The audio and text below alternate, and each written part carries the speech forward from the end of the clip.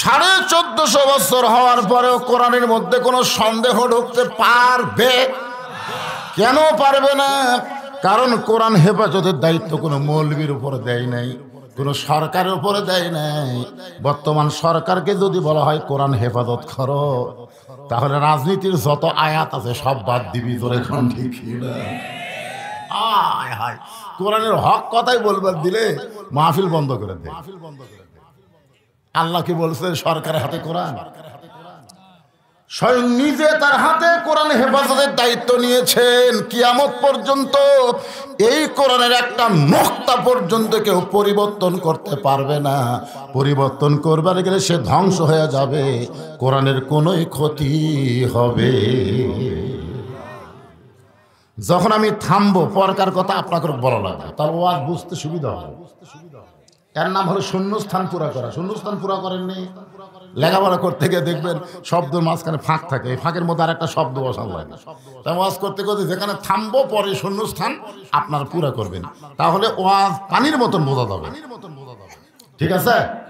মাশাআল্লাহ, আলহামদুলিল্লাহ।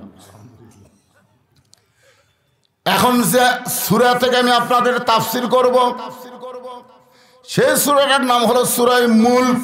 জোরে বলেন, নাম কি? 114টা সূরার ভিতরে সূরা মুলক একটা অন্যতম সূরা। এর ফজিলত আছে।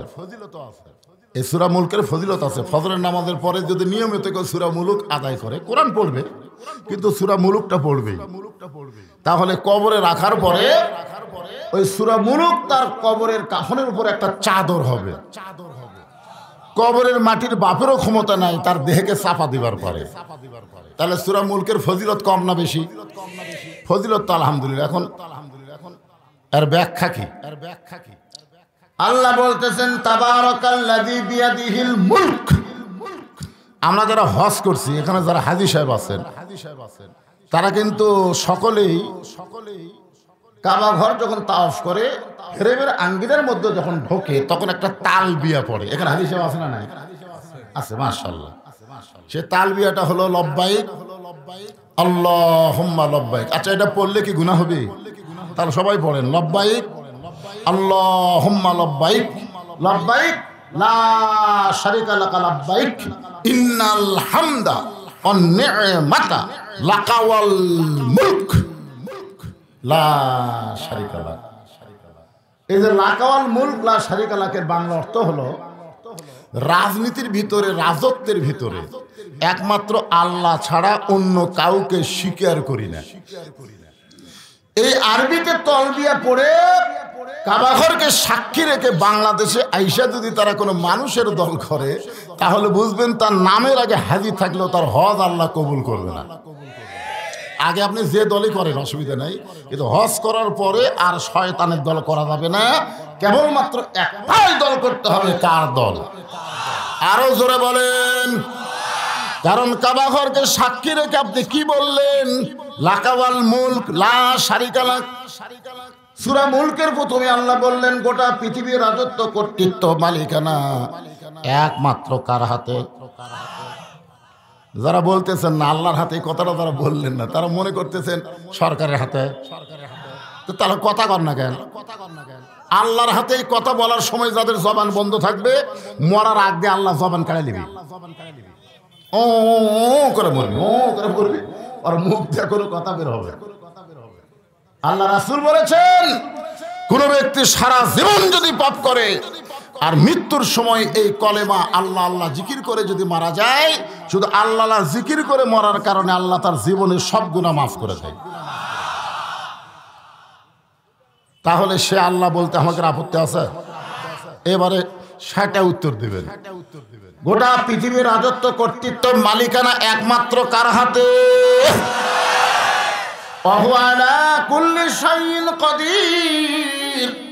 সমস্ত ক্ষমতার মালিককে, প্রত্যেকটা বিষয়ের উপরে। কুল্লি শাইইন মানে প্রত্যেকটা বিষয়ের উপরে একমাত্র ক্ষমতা কার? কেউ যদি এখন বলে জনগণই ক্ষমতার উৎস, না কেউ যদি বলে ভাই জনগণ হলো ক্ষমতার উৎস, জনগণ আসলে বহু জনগণ ভূমিকম্প যখন শুরু হয় তখন কি বিল্ডিংও থাকে না রাস্তাতে আসে? তখন কি কয়? আল্লাহ আমাকে কোনো ক্ষমতা নাই, এত দামি ইঞ্জিনিয়ারদের বিল্ডিং বানাচ্ছি, যে হারে কম্পন শুরু হয়ে গেছে, তুমি বাঁচাও আল্লাহ, তুমি বাঁচাও। লাখ লাখ জনগণ তোরা ক্ষমতার উৎস, তাহলে বিল্ডিং লড়ে থামাবার পারিস না কেরা? ঠেলা না পড়লে মানুষ আল্লাহ হয় না। আমি কাজীপুর পৌরসভার মধ্যে গাড়ি ছুঁয়া যমুনার ওই পার মাঝ না পারি আমার ওয়াজ, আমাকে বললো হুজুর গাড়ি আর চলবে না, নৌকার যাওয়া লাগবে। আমি আমার নৌকারে খুব ভয় করি বুঝলেন, যমুনা পাড়ি দেওয়া লাগবে নৌকা। বিশাল একটা নৌকা নিয়ে আসলো, নৌকার মধ্যে যখন উঠলাম ওটা দিকে 100-150 বেশি মানুষ হবে। নৌকা যখন যমুনার মাঝখানে গেছে এমন সময় একটা কালো মেঘের মধ্যে বাতাস শুরু হয়ে গেছে। আল্লাহর কি কাম, ঝড় শুরু হলো। এমন সময় 2 হিন্দু নৌকার মধ্যে ছিল, ওরা 2জন আমার কাছে এসে বলতে, হুজুর আসমানের অবস্থা দেখছেন? কালো মেঘের মধ্যে বাতাস শুরু হলো, আজান দেন। তাই বললাম তোরা হিন্দু হয়ে আজান কেমনে বুঝি? আমাদের বাড়ি হলো মুসলমান এলাকা, হুজুর এরকম বিপদ হলে আজান দেয়। এগুলো তোদের ভগবানের খবর কি? আপনি যে কি এই বিপদে ভগবানের খাওয়া আছে? ঠেলা করলে হিন্দুরা পর্যন্ত আল্লাহ কয়, তোর কোন কথা ঠিক কিনা? সব মশালা নেতারা কয় জনগণই ক্ষমতার উৎস, জনগণ ক্ষমতার উৎস। আল্লাহর ক্ষমতার মধ্যে কাউকে যদি ক্ষমতা দেয় সে ইমানদার থাকে না, সে মুশরিক হয়ে যায়। তোর কোন কথা ঠিক? আল্লাহ সব গুনাহ মাফ করবে কিন্তু শিরকের গুনাহ মাফ করবে না। আজকে তাফসীর শোনার আগে আপনার সকলে স্বতঃস্ফূর্তভাবে ঈমান থেকে পরিষ্কার করে বলতে হবে সমস্ত ক্ষমতার মালিক কে? আরো জোরে, আল্লাযী খালাকাল মাউতা ওয়াল হায়াতা লিয়াবলুয়াকুম আইয়ুকুম আহসানু আমালান ওয়া হুয়াল আজিজুল গফুর। জীবন, মৃত্যু এবং হায়াত। আগে কিন্তু খলাকাল মাউতা বললেন, আগে মরার কথা বললেন। মৃত্যু এবং হায়াতকে সৃষ্টি করছেন কে? আপনারা চিন্তা করে বলেন তো, আগে আল্লাহ বলা লাগতো, মানে আমাকে যেভাবে আমরা বিশ্বাস করি খলাকাল হায়াতা ওয়াল মাউতা, আগে জীবন তারপরে মরণ। কিন্তু আল্লাহ কেন বললেন খলাকাল মাউতা ওয়াল হায়াতা, আগে মৃত্যু পরে হায়াত কেন বললেন? এটা বলার কারণ হলো চলতে পথে 2 দিন থামিলাম, যাবার কালে একজন আরো দেখা না পাইলাম, ও আমার সাদের মালা যায় রে ছিঁড়ে, রইব না আর বেশি দিন তোদের মাঝারে। আমাদের কাহালুর কথা বলতেছি, ভোটের আগে বুঝলেন, পুলিশেরা এমন ধরপাকড় শুরু করলো, মানুষজন বাড়ি ঘর ছাড়া সব আলুর বাগুড়ের মধ্যে, বাঁশ আড়ার মধ্যে, গাছ আড়ার মধ্যে লুকে থাকলো। এক লোক আবার খুবই চালাক, আবার গোরস্থানের মধ্যে মাটি ঘুরে একটা কবর করে ওর মধ্যে খেয়াল পড়ে কম্বল দিয়ে ল্যাব গাও দিয়ে শুয়ে থাকে। পুলিশেরা ধার ধুর দেওয়া যায়, গোরস্থানের মধ্যে কেউ খোঁজ না, ওই বুকে হাত দেখায়, যারে তোরা যতই খোঁজ আমার পাবো রে। ওই নিরাপদ আশ্রয় মনে করে ওই ভোটের আগ দিয়ে গোরস্থানের মধ্যেই থাকে। কিন্তু আল্লাহর কি কাম, আল্লাহ আজরাইলকে বলেছে পুলিশের পোশাক পরা ওর কাছে একটু যা। তা আজরাইল পুলিশের পোশাক পরে সে বলতেছে, ভাই কে রে? লাভ ধরে কে রে? এই গোপন জায়গার তো খবর দিল কে রে? তখন বলে, ভাই আমি তো পুলিশ না রে, আমি আজরাইল। তখন কান্দের বলে, ভাই বর্তমান বাংলাদেশে পুলিশ ধরার অত্যাচারে আজরাইল যে ধরবি এটা মনে হল। মানে আমাদের ইমানটা এত ড্যামেজ হয়ে গেছে, আমরা পুলিশ ধরার টেনশন করি কিন্তু আজরাইল ধরার কোনো চিন্তাই করি না। ধরে কোন কথা ঠিক কিনা? আপনার বলেন তো, আজরাইল ধরার চিন্তা করলে কেউ একলাই 10টা মেরে ফেলবি, 10টা মেরে ফেলবি, এতে খালি আপনারা বলেন আজরাইল ধরবে, এই চিন্তা যদি করে ওর দ্বারা এই অন্যায় কাজ হবে। যারা আজকে দুনিয়াতে অন্যায় অপকর্ম করতেছে তারাই কিন্তু আজরাইল ধরার কথা ভুলে গেছে। এই জন্য আগে আল্লাহ মৃত্যুর কথা বললেন যে তুই মরার কথাটাকে মনে করতো। যতই দুনিয়াতে যাও মরা লাগবে, শুধুমাত্র একজনই মরবে না, তিনি হলেন আমাদের আল্লাহ। জোরে বলেন তিনি কে? কুল্লু মান আলাইহা ফানিউ ওয়া ইয়াবকা ওয়াজহু রাব্বিকা যুল জালালি ওয়াল ইকরাম। এমন কি যে আজরাইল আমাকে জান কবজ করে, এই আজরাইলকেও মরা লাগবে। এই টানা তো আমি কইলাম বাদরে, বহু আজ নষ্ট হয়ে গেছে এই টানাটানি করবে। যারা পরে আসতে তারা খাড়া হয়ে থাকে, অসুবিধা কি? থাক ওরা, তাহলে 12 লক্ষ রোহিঙ্গা মুসলমানকে ঢুকা দিলেন কেন? 18 কোটি মানুষ বসবাস করে ছোট্ট একটা বাংলাদেশে, তারপরেও 12 লক্ষ রোহিঙ্গা মুসলমানকে আমরা জায়গা দিছি। কারণ জায়গা দেওয়ার অভ্যাস আমাকে আছে, ধরে কোন ঠিক কিনা? তো রোহিঙ্গারে যদি জায়গা দিবার পারেন, যারা দাঁড়িয়ে আছে ওরা কি রোহিঙ্গা? তো ওদের জায়গা দেওয়ার জন্য একটু চাপে বসলে কি হয়? একটু চাপের বাজান, আপনারা ভাইরে বসার জায়গা দেন, আল্লাহ আপনাকে জান্নাতে জায়গা দিয়ে দিবে। সুবহানাল্লাহ। এই জন্য একটু চাপে আসেন, সামনে চাপা আসেন।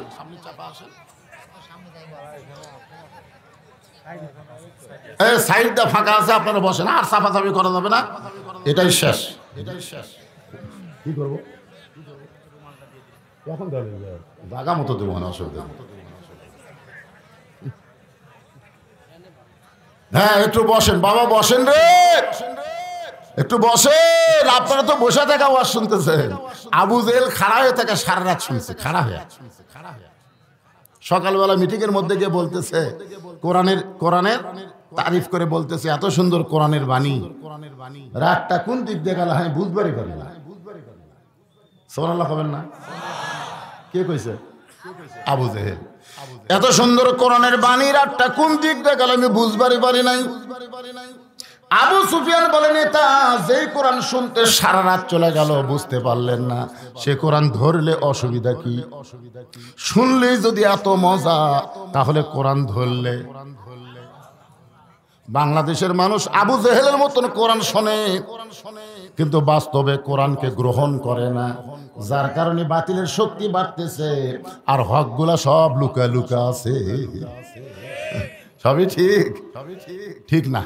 সবাই আমার সঙ্গে বলেন, কুল জাল হক ওয়া যাহাকাল বাতিল ইন্নাল বাতিলা কানা যাহুকা। আপনি ঘুমায় গেলে চোর চুরি করে নিয়ে যাক, অসুবিধা নাই, কারণ ঘুম দিছে কে? ওই সুযোগে চোর নিয়ে গেছে। কিন্তু আপনি চেতন আছেন, আপনি জাগ্রত আছেন, এমন সময় চোর এসে চুরি করতেছে, আর আপনি বলতেছেন ইন্নাল্লাহা মা'আস সাবিরিন, ইন্নাল্লাহা মা'আস সাবিরিন। ধৈর্যশীলদের সঙ্গে আল্লাহ আছে। খামাখা চোরের সাথে গন্ডগোল করবো না, আর হাতে ছুরি টুরি থাকতে পারে, লাঠিয়া দিয়ে থাকতে পারে, উইলিয়ে যাক। আল্লাহ যদি হায়াত দেয় আবার কামাই কর্ম রে। ওই মনে মনে ধৈর্যের আয়াত পড়তেছে আর চুপ করে বসে আছে। চোর সব চুরি করে একসময় ঘুম পেড়ে চলে যাচ্ছে। আপনারা বলেন তো, চোর যত বড়ই শক্তিশালী হোক, ওর হাতে যতই অস্ত্র থাক, ওই যে কাম করতেছে, এই কামটা কি ভালো না খারাপ? আর খারাপ কাম যারা করে তারা কোনোদিন সাহসী হয় না। আপনি যদি বাড়িওয়ালা ধৈর্যের আয়াত না পড়ে খালি যদি বলতেন ওই সব কিছু ফেলে দিয়ে দৌড় মারতো। জোরে কোন কথা ঠিক কিনা? এই কে রে বলার মানুষ বাংলাদেশে নেই, যার কারণে চোর ডাকাত গোটা বাংলাদেশ লুট করে বিদেশে পাচার করতেছে। জোরে কোন কথা ঠিক কিনা? কে রে, কে রে, এই কথা বলার লোক নেই। আমার এলাকায় 1 মাস আগে গোস্ত আসলো 600 টাকা কেজি আমার এলাকায়, এখন সেই গোস্ত 700 টাকার গেছে। তবে কষারে বললাম, ভাই 1 মাস আগে 600, এখন 700 কেন? হুজুর জনগণ কে রে কয় না, কথাই কয় না হুজুর, ইচ্ছা মতো দাম বাড়ায়, কথা বলার কেউ নাই। আর যদি কেউ যায় কষায় দাওলে 600 টাকার গোস্ত 700 গেল কেন? আর লাগারে ওই জোরহাত করে বলবি ভাই আগে যা আসলো তাই। ধরে কোন কথা ঠিক কি না? কিন্তু কথা বলার মানুষ নেই। যখন জবানকে বন্ধ করে দিবেন, হক কথা বলার সময় জবানকে বন্ধ করবেন, তখন জালেমের জুলুম বেড়ে যাবে, জুতা চোরের মোশন বাড়বে, কিন্তু জুতাওয়ালারা জুতা নিয়ে মসজিদের মধ্যে ঢুকবে। দুই জুতা চোর মসজিদের চারধার ঘুরতেছে আর বলতেছে হামাকের ভয়ে, সব জুতা মসজিদের মধ্যে ঢুকছে রে হামাকের ভয়। বর্তমান বাংলাদেশে চোর ডাকাতের মোশন বাড়তেছে, আর ভালো মানুষগুলো সব আসেন একটু মনোযোগ দিবেন। আল্লাযী খালাকাল মাউতা ওয়াল হায়াতা লিয়াবলুয়াকুম আইয়ুকুম আহসানু আমালান ওয়া হুয়াল আজিজুল গফুর। মৃত্যুর কথা আগে আল্লাহ বলার কারণ হলো এই দুনিয়া থাকার জায়গা না, এই দুনিয়া থেকে আমাদের যাওয়া লাগবে।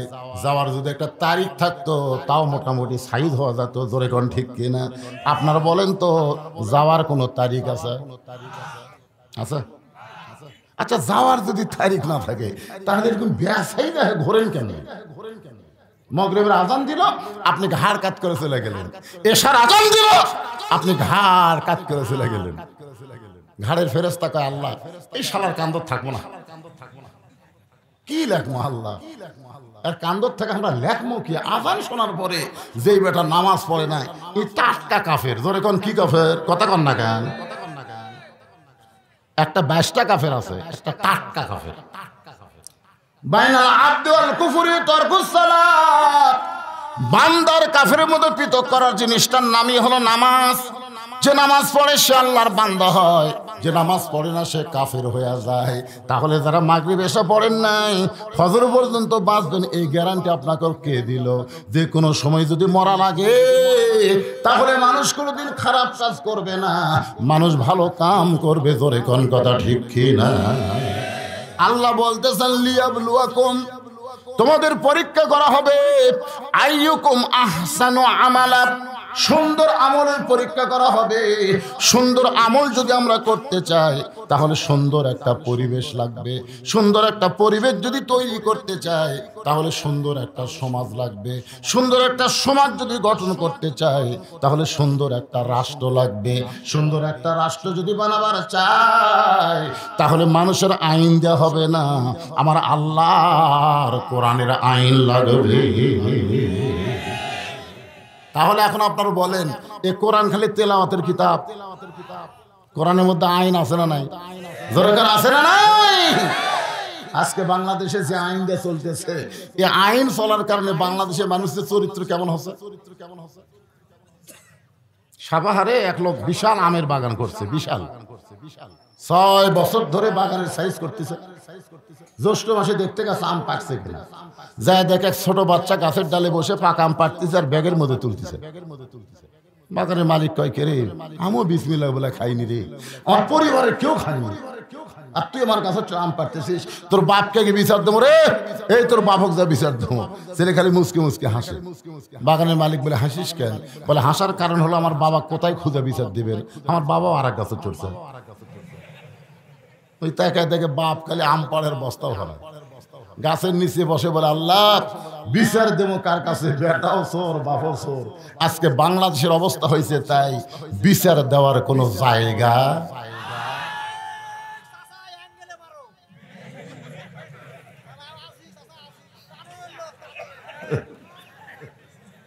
বিচার দেওয়ার কোনো জায়গা, যার কাছে বিচার দিচ্ছেন সে আবার 1 নম্বর চোর। ধরে কোন কয় নম্বর? আম পাড়ে আর বস্তা ভরায়। তাহলে আল্লাহর কোরআন শুধু সওয়াবের কিতাব না, তেলাওয়াতের কিতাব না, এই কোরআন হলো সমাজকে গঠন করার কিতাব, রাষ্ট্রকে গঠন করার কিতাব, অসুন্দরকে সুন্দর করার কিতাব। ধরে কোন সুবহানাল্লাহ। এটাকে আপনারা বিশ্বাস করেন? বিশ্বাস করেন? আচ্ছা, বাংলাদেশ যদি আল্লাহর কোরআন দিয়ে চলতো তাহলে আমাদের বাংলাদেশের সাইজটা কেমন হতো? দেখছেন সেদিন ষোড়শী নির্জন পথে যাবে, কোন জন কটু কথা কবে না, পথে আর প্রান্তরে সম্পদের মোহে পড়ে খোনা রাহাজানি হবে না। সবাই বলেন যদি মেনে চলি কোরআন, বলেন যদি মেনে চলি কোরআন আর রাসূলের বিধান, সকলেই শান্তিতে থাকবে।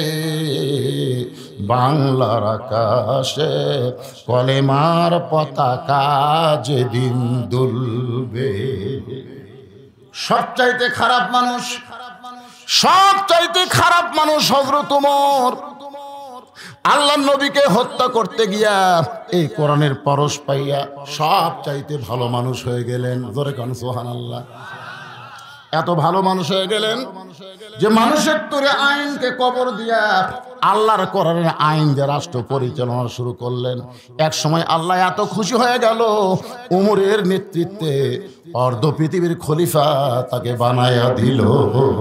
জোরে কান না সুবহানাল্লাহ।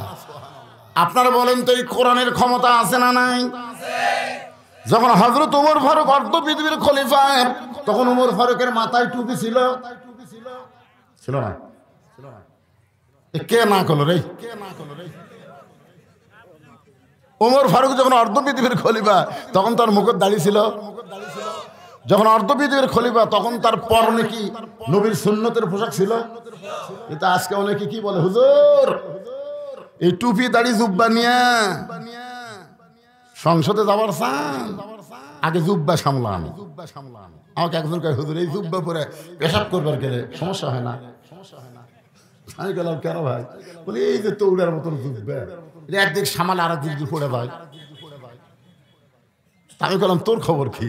বলে আমার কোনো খবর নেই, চেন খুলি আর মারি, আমার কোনো টেনশন নেই। অনেকেই মনে করে টুপি সামলাবে, দাড়ি সামলাবে না রাষ্ট্র সামলাবে। এরকম কিছু লোক আছে না নাই? দরকার আছে না? হ্যাঁ, আমি গত বছর এক নেতাকে ভাষণ দিতেই শুনছি যে হুজুররা মিছিল করতে কয় আল কোরআনের আলো সংসদে জালো। হুজুর বোঝে সংসদের ঠেলা। বাংলাদেশের মতন ৯৬টা দেশের খলিফা হলেন হযরত ওমর। জোরে কান সুবহানাল্লাহ। বাংলাদেশের মতন কত দেশ? ৯৬টা দেশের খলিফা হলো টুপিওয়ালা, দাড়িওয়ালা, জুব্বাওয়ালা। শুধু মসজিদের ইমামতি করলে হবে না, সমাজের ইমামতির দায়িত্ব এই কোরআনে আছে না নাই? ইন্নাল্লাহা ইয়ামুরুকুম আন তুআদ্দুল আমানাতি ইলা আহলিহা ওয়া ইযা হাকামতুম বাইনান নাস আন তাহকুমু বিল আদল। জোরে কোন সুবহানাল্লাহ। আল্লাহর কোরআনকে দেখার জন্য ছদ্মবেশে হযরত ওমর ঘুরতেছেন। হঠাৎ দেখতে পান দুই পাহাড়ের মাঝখানে বিস্তীর্ণ মরুভূমি। ওই মরুভূমির মধ্যে একজন রাখাল উট আর দুম্বা চড়ায়। ওমর ফারুক শুধুমাত্র আল্লাহর কোরআনকে দেখার জন্য রাখালকে সালাম দিলেন, আসসালামু আলাইকুম রাখাল ভাই, আমার পেটে ক্ষুধা লাগছে, আমি উটের এক পেলা দুধ চাই। রাখাল মুস্কি মুস্কি হাসে। ওমর ফারুক বলে, রাখাল হাসার কারণ কি? বলে, তুমি আমার সালাম দিলা, আমি সালামের উত্তর দিব না, তোমাকে উটের দুধ দিবার পারবো না। ওমর ফারুক বললেন, আমার অপরাধ কি? রাখাল বলে, তোমার অপরাধ হলো আগে তোমার পরিচয় দাও, আগে তোমার পরিচয় দাও। ওমর ফারুক চিন্তা করলেন, আমি অর্ধ পৃথিবীর খলিফা, যদি পরিচয় দেই তাহলে আল্লাহর কোরআন কেমনে দেখব? এই চিন্তা যখন করতেছে, এমন সময় কোরআন বলে, ওমর রাখাল যখন তোমার পরিচয় চাইছে, তুমি আসল পরিচয় দাও। তোমার আসল পরিচয় হলো মিল্লাতা আবিকুম ইব্রাহিম হুয়া সাম্মাকুমুল মুসলিমিন। আমাদের আসল পরিচয় কি? জোরে বলেন। যারা বলতেছেন না তারা কি ভেজাল আছে নাকি? তাহলে তারা আসল পরিচয় কি? মুসলমান। জোরে কেন? আসল পরিচয় কি? আমাদের নাম রাখছে আমাদের জাতির পিতা মিল্লাত আবিকুম ইব্রাহিম হুয়া সাম্মাকুমুল মুসলিমিন। এই মুহূর্তে যখন জানতে চাইবো আমাদের আসল পরিচয় কি, আপনার সকলে বলবেন মুসলমান। আমাদের আসল পরিচয় কি? আরো জোরে, জোরসে বলুন। মার্কা আছে? কোন সে মার্কা? আরো জোরে। জোর হলো না? আমাদের মার্কা হলো আমরা মুসলমান। সুবহানাল্লাহ। বাংলাদেশে এরকম মিছিল একদিন হবে, আজকাতে এই মিছিলগুলো হয় না। আমি আরেকবার বলবো, 60টা সবাই বলবেন তো। মার্কা আছে, কোন সে মার্কা? আর জোরে। ওমর ফারুক বলে, রাখাল আমার পরিচয় যখন শুনবার চাও, আমি হলাম একজন মুসলমান। রাখাল মুস্কি মুস্কি হাসে। ওমর ফারুক বলে, হাসার কারণ? বলে, আসল না নকল? মুসলমান তো মুসলমানই, এর মধ্যে ওর আসল নকল কি? কিন্তু রাখাল বলতেছে, তুমি যে মুসলমানের দাবি করলা, তুমি কি আসল না নকল? ওমর ফারুক বলে, রাখাল মুসলমান তো মুসলমান, এর মধ্যে ওর আসল নকল কি? রাখাল বলতেছে, সাওয়ার ব্যাপারে যারা চিন্তা করে না, যাত্রার কাছে চায়, এরা কোনোদিন আসল মুসলমান হবার পারে না। নিয়ামতপুর কত সুন্দর নাম, সেই নিয়ামতপুর আবার তেনা পীর। জোরে কোন কি পীর? আসলে কত সুন্দর নাম নিয়ামতপুর, এর মধ্যে তেনা পীর ঢুকলো কোথায়? আল্লাহ ভালো জানে। আপনারা কেউ গাছ কাটতে পারেন না? যেই গাছে মানুষ টেনা বাঁধে, ওই গাছ কি কাটা যাবে না? এই কথা কোন কাটা যাবে না? বদরের যুদ্ধের সব পাবেন জানেন? আমার দয়াল বাবার দরবারেতে কেউ ফিরে না খালি হাতে। আপনাকে নিয়ামতপুরে এই গ্রুপ আছে নাই? এই কে কয় নাই? এই গ্রুপ কি কয় নাই? আমি আপনাকে নিয়ামতপুর গোটা থানায় বাস করে দেখছি, বহু আছে, গোপনে গোপনে গোপনে গোপনে বহু আছে। যখন নামাজ পড়তে যায় তখন আমরা কিন্তু ক্লিয়ার করে দেই, ইয়াকা নাবুদু, সকলে বলেন ইয়াকা নাবুদু ওয়া ইয়াকা নাস্তাইন, নাসরুম মিনাল্লাহি ওয়া ফাতহুন কারীম ওয়া বাশশিরিল মুমিনিন। যারা পারেন তারা আমার সঙ্গে পড়েন, আর না পারলে শেষ হলে বলবেন আল্লাহু আকবার। হাসবি আল্লাহ বলেন, হাসবি আল্লাহ নিমাল ওয়াকিল অনিমাল মাওলা অনিমান নাসির।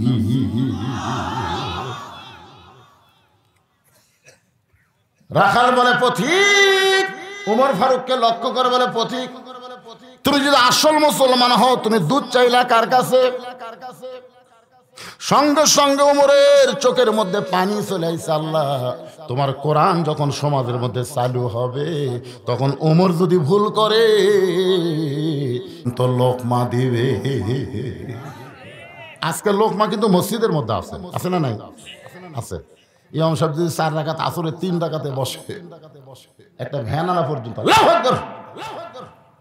ইমাম যদি মনে মনে করে তুই ভ্যান চলে খাস, আমি দাওরা পাস, টাইটেল পাস, একদিন 4 রাকাত পড়াছি, আজকে 3 রাকাত বসমরে, তোর লোক মাথায় খারাপ হবো না, এই মনে করে ইমাম যদি স্বৈরাচার হয়ে বসাই থাকে, আপনারা বলেন তো মসজিদের মুসল্লি কার পক্ষে যাবে? নেতার পক্ষে না ভ্যানালার পক্ষে? কেন যাবে? যে তুমি ইমাম, তোমার ইচ্ছা মতো 5 বছরের জায়গায় 40 বছর থাকবে, আর আমরা তোমাকে বসে থামো, এই কথা মনে রাখো না ইমাম। তোমাকে লোক মা দিয়ে আমরা 5 বছর পর পর সাইজ করবো, তোর কোনো কথা ঠিক না। মসজিদের মধ্যে লোকমা আছে, কিন্তু সমাজের নেতাকের মধ্যে কোনো লোকমা নেই। মসজিদে লোকমা থাকার কারণে আজও মসজিদ ভালো আছে, আজও মসজিদ ভালো। আওয়ামী লীগ, বিএনপি, জাতীয় পার্টি, জামাত এক কাতারে নামাজ পড়ে আজও। আওয়ামী লীগ 4 আঙ্গুল সামনে গেছে, জামাত ইসলাম যুদ্ধ অপরাধীরা হাত ধরে মারছে টান। কেরে তুই কাতার চিনিস না? এই সামনে যাস কেরে? আওয়ামী লীগ আমি খেয়াল করিনি ভাই। ফেরেশতাকে আল্লাহ যুদ্ধ করে হাত ধরে টান মারলো, ওই ওর মুখের দিকে না তাকে নিচের দিকে তাকালো কেন? আল্লাহ কয় ওখানে কোনো রাজনীতি চলবে না, একটাই নীতি হলো আমার নীতি চলবে। তোর কথা ঠিক। মসজিদের মধ্যে আল্লাহর নীতি চলার কারণ হলো আওয়ামী লীগ, বিএনপি, জাতীয় পার্টি, জামাত সবাই বিশ্বাস করে মসজিদ কার ঘর? আরো জোরে বলেন কার ঘর? মসজিদকে যেমন আল্লাহর ঘর বিশ্বাস করে, গোটা বাংলাদেশকে যদি আল্লাহর বিশ্বাস করত, তাহলে মসজিদের সৌন্দর্য বাংলাদেশে চালু হইত। বর্তমান প্রধানমন্ত্রী 564টা মসজিদ বানিয়ে দিতে পারে। নিয়ামতের আসার সময় ও বাবা খালি রাস্তার উপর ধুল কিচ্ছে রে। কিন্তু ভাই এত মসজিদ বানিয়ে কি হলো রে? কাম তো হলো না। আপনারা বলেন তো সবচাইতে বড় জালেমকে? বাংলাদেশের সবচাইতে বড় জালেমকে? আযান শোনার পরে যারা নামাজ পড়ে না এরা হলো সবচাইতে বড় জালেম। কথা কন না কেন? হয় কথা কন না কেন? সরকার যদি 564টা মসজিদ বানানোর সময় পুলিশকে বলতো যে মডেল মসজিদে আযান হচ্ছে, আশেপাশে নামাজ বাদ দিয়ে যারা ঘুরতেছে এদেরকে ধরে পাছার কাপড় খুলে 10টা করে বাড়ি মারা লাগবে। জোরে করে কয়টা করে বাড়ি মারা লাগবে? এই আইন যদি বর্তমান প্রধানমন্ত্রী করতো তাহলে মডেল মসজিদ বানানো সার্থক ছিল। কিন্তু আযান হয়, আকামত হয় ওই বেড়ে ওরা ঘরে। আমি পুলিশ ভাইদের বলবো আলেমদেরকে না ধরে এই শালা নামাজ না পড়ার জালেমদেরকে ধরা দরকার। কথা বল না। আল্লাযীনা ইম্মাক্কান্নাহুম ফিল আরদ, মুসলমানের মধ্যে কাউকে যখন ক্ষমতার চেয়ার দেওয়া হবে তার 1 নম্বর দায়িত্ব হলো আকামুস সালাত, নামাজকে কায়েম করা। নামাজ যদি কায়েম হয় ইন্নাস সালাতা তানহা আনিল ফাহশাই ওয়াল মুনকার, একমাত্র নামাজই পারে মানুষকে যাবতীয় ফাহিশা অশ্লীলতা থেকে বাঁচায় দিতে। ধরে কোন সুবহানাল্লাহ। একটু মনোযোগ দিয়ে শুনবেন। ওমর ফারুক চোখের পানি বের করবার রাখাল ভাই আসলে চাওয়ার ব্যাপারে আমার ভুল হয়ে গেছে। রাখাল বলতেছে ভুলটা যখন স্বীকার করছো তাহলে তওবা করার সুযোগ আছে। শয়তান ভুল স্বীকার করেনি, আল্লাহ তওবা করার সুযোগ দেয়নি। আর আদম ভুল স্বীকার করার কারণে আল্লাহ তাআলা তওবা করার সুযোগ দিল। আমার সঙ্গে সকলে পড়েন রব্বানা, পড়েন রব্বানা যালামনা আনফুসানা ওয়া ইল্লাম তাগফির লানা ওয়া তারহামনা লানাকুনান্না মিনাল খাসিরিন। তাহলে ভুল স্বীকার করলে তওবা করার সুযোগ আছে। ধরে কোন ভুল স্বীকার করলে তওবা করার, কিন্তু ভুল যদি স্বীকারই না করে, শয়তান ভুল স্বীকার করছে, তওবা করার সুযোগ নেই। রাখাল বলে পথিক রে, ভুলটা যখন স্বীকার করছো তাহলে তওবা করো। তওবা মানে ফিরে আসা। মাগরিব এশার নামাজ পড়ে নাই, এখন যদি তারা মনে করে নামাজ না পড়ার কারণে বিশাল ভুল করেছি, অপরাধ করেছি, ফজর থেকে আর নামাজ ছাড়বো না, আল্লাহ কাছে স্বীকার করার সঙ্গে সঙ্গে নিয়ত করেছি ছাড়বি না, আমি আল্লাহ না পড়ার নামাজের যত পাপ হয়েছে সব মাফ করে দিলাম। আর তাইবু হাবিবুল্লাহ, তওবা যারা করে তারা আল্লাহর দোস্ত হয়ে যায়। ধরে কোন সুবহানাল্লাহ। ওমর ফারুক বলে রাখাল তাহলে তওবা করি। রাখাল বলে তুমি মূর্খ মানুষ, তুমি তওবা কেমনে করবা? যে চাওয়ার ব্যাপারে সতর্ক হয় না সে যদি ডক্টর কামালও হয় তারপরেও মূর্খ। বাংলাদেশের যিনি সংবিধান লিখছে তার নাম কি আপনারা জানেন না? একেবারে এলাকার লোকেরা ডক্টর কামাল। ধরে বলেন নাম কি? কিন্তু 18 সালে ডক্টর কামালের নেতৃত্বে কি হয়েছে? 18 সালে ডক্টর কামালের নেতৃত্বে একদল নেতা চলে গেছে সিলেটের শাহজালাল মাজারে গিয়ে বলতেছে বাবা এবার কিন্তু আমরা জোট করে ভোটর দাঁড়াছি, বাবা এবার আমরা ভোটর দাঁড়াছি। বাবার কাছে 2 খানা হাত পাতাইছে। তুমি যত বড় ডক্টর হও, চাওয়ার ব্যাপারে যদি তুমি সতর্ক না থাকো তাহলে তুমি সবচাইতে বড় মূর্খ। রাখাল বলে পথিক তুমি তওবা কেমনে করবা? তুমি হলা মূর্খ, বরং আমি তওবা পড়াই, তুমি আমার সঙ্গে তওবা পড়ো।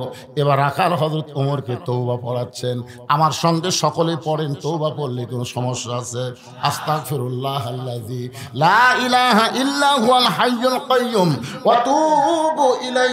আস্তাগফিরুল্লাহ বলেন, আস্তাগফিরুল্লাহ আস্তাগফিরুল্লাহ আস্তাগফিরুল্লাহ লা হাওলা ওয়ালা কুওয়াতা ইল্লা বিল্লাহিল আলিয়্যিল আযীম। ওমর ফারুক তওবা করার পরে বলে রাখাল ভাই আল্লাহর হস্তে উটের 1 পেয়ালা দুধ দাও। কার হস্তে? ফকিররা বলেন আল্লাহর হস্তে। বাবা আল্লাহর হস্তে 2 টাকা দে বাবা, আল্লাহর হস্তে। রাখাল মুসকে মুসকে হাসে। ওমর ফারুক বলে রাখাল হাসো কেন? বলে হাসার কারণ হলো তওবা করার পরে তুমি আবার মুনাফিক হলে, তওবা করার পরে তুমি মুনাফিকি করলা। ওমর ফারুক বলে রাখাল আমার মধ্যে মুনাফিকের কি দেখলা? রাখাল বলতেছিলি মা তাকুলু মা লা তাফআলু। তোমার মুখের সাথে অন্তরের মিল নাই। তুমি সত্যি করে বলো তো, আমি উটের মালিক? আমি যদি উটের মালিক না হই তাহলে তোমার মন বলতেছে আমি রাখাল, আর রাখালের কাছে আল্লাহর রাস্তায় চাইলেও রাখাল দিবার পারবে না। আজকে আমরা যারা বক্তা আমরা কিন্তু রাখাল। অনেকে এসে আমাদের কাছে বলে হুজুর দোয়া করেন, আর বইয়ের পেটে বাচ্চা আইছে আল্লাহ যেন পুত্র সন্তান দেয়। আমি গেলাম পাগলা, তুই যার কাছে দোয়া চাইলি তারই নিজেরই 3টা কন্যা সন্তান রে। আমি কি দোয়া কম করছি? কিন্তু আল্লাহ আমার পুত্র দেয়নি, তাহলে আমার দোয়া দিয়ে তোর বইয়ের পুত্র হবে? তাহলে কার কাছে যাবো পারে? ওই হুজুরের কাছে যাবো যার পুত্র সন্তান আছে। আমি বললাম কোনো হুজুর না, কোনো খেজুর না, কোনো পীর না, কোনো মাজার না। বাবার যদি চাও একমাত্র আল্লাহর কাছে চাও। ধরে বলেন কার কাছে? রাখাল বলে পথিক, এখান থেকে মালিকের বাড়ি হলো 10 মাইল দূরে। তুই মালিকের দরজাত গিয়ে বলে, মালিক তোমার রাখাল উট আর দুম্বা চড়াই, তুমি যদি হুকুম দাও তাহলে রাখাল আল্লাহর হস্তে উটের 1 পেয়ালা দুধ দিবে। ওমর ফারুক বলে, রাখাল ভাই কষ্ট করে অত দূর মালিকের বাড়ি যাওয়ার দরকার নাই, বরং তোমাকে 2টা টাকা দিলাম, এই 2টা টাকার বিনিময়ে তুমি উটের 1 পেয়ালা দুধ দাও। রাখাল মুস্কি মুস্কি হাসার বলে, পথিক রে তুমি কি হযরত ওমরকে চিনো? সুবহানাল্লাহ খান। রাখাল কাকে বলতেছে? ওমরকে বলতেছে। তুমি কি হযরত ওমরকে চিনো? যে ওমর আল্লাহর কোরআন দিয়ে রাষ্ট্র চালায়। ওমরের গুপ্ত বাহিনী যদি দূর থেকে দেখতে পায় তুমি আমারে 2 টাকা ঘুষ দিছো, আর মালিক বাদ দিয়ে তোমাকে উটের 1 পেয়ালা দুধ দিলাম, তাহলে তোমাকেও ধরবে আমাকেও ধরবে। কোরআন দিয়ে যখন রাষ্ট্র চলবে সেই দেশে ঘুষ থাকবে। আমাদের বাংলাদেশে ঘুষ আছে না নাই? আসরে নামাজে উযু করতেছি, এসিলেন বোঝেন না? এমন সময় এক ব্যক্তি ব্যাগত করে টাকা লেগে গেছে। এসিলেন বলতেছে তোর আক্কেল নাই, আমি নামাজের উযু করতেছি, এই সময় তুই ঘুষের টাকা নিয়ে আইছিস, এই ওই টাকা হাত দিয়ে লাড়বো না রে। তোর যদি সময় না থাকে ডয়ারের মধ্যে থুয়া যা। শালা কি ঘুষালু রে। এরকম আছে না নাই? আল্লাহ কয় নামাজের জোরে ফায়সাকাত যাবে দূরে, পাক কোরআনের আছে ঘোষণা। এখন আকাম কুকাম নামাজ রোজা একসাথে বান্ধিয়া বোঝা, জাহান্নামে দিয়াছ রওয়ানা, আজ কেন আল্লাহর কোরআন মানতে পারলাম না। কে ভাই দরজার যারা দাঁড়িয়ে আছেন ভাই রে, আপনার বসবেন না? কারণ বসাটা যে কত বড় আদব। আমি ছোটবেলা একবার ক্লাসে যাইতে দেরি করছিলাম, একটু ঢুকতে দেরি হচ্ছে, দাঁড়া থাক। আমার স্যার বললো, প্রাইমারি স্যার, আমার এখনো মনে আছে, দাঁড়া থাক, দেরি করে আসিস। সবাই বসে আছে, আমি খাড়াই আছি, আমার তো শরম লাগলো ভাই। সগলি বসে থাকা হয়। আমি সেই দিন বুঝেছি বসে থাকা মানুষের মধ্যে খাড়ায় থাকলে যে কি অহমান। আজকে তারা খাড়া হয়ে আছে, অহমান মনে করতেছে না। কিসের জায়গা নাই, কিসের জায়গা নাই, এই কথাটা আপনারা কেমনে বলতেছেন? জায়গা আছে, যারা বসবার করে আবার সরে যাচ্ছে, দেখতে কেরে বাজানে বসা যাচ্ছে না। মাহফিল কমিটির লোকজন কোথায় নেই? তোমরা বসার ব্যবস্থা করো তো। কোন ভাবে তো বামে বসলে আমার দেখা লাগবে না? আপনি বোঝা লাগবে তো, ফুল ঠোকেন, এই ফুলের জন্য চেহারা দেখে পাবে না। অনেক লোক শোনেন, আমার ওয়াজ শোনেনি এমন কে আছে? এক ভাই কেশিয়ার যায়, কেশিয়ার তাই বলতে হুজুর আপনার ওয়াজ বহু শুনছি, কিন্তু আজকে প্রথম দেখলাম। অনেক লোক কিন্তু খালি দেখার জন্য আছে, ঠিক কিনা বলে? তো দেখবার সে যদি এগুলো বাধা হয় তাহলে ওইটি বসবি, এ জায়গা না বসার ভিতরে কার দিব? এটার জন্যই ওটা সরা নাই, ফুল সরা, ফুল সরাবি না, তাহলে এই জায়গা ফাঁকা থাকবে।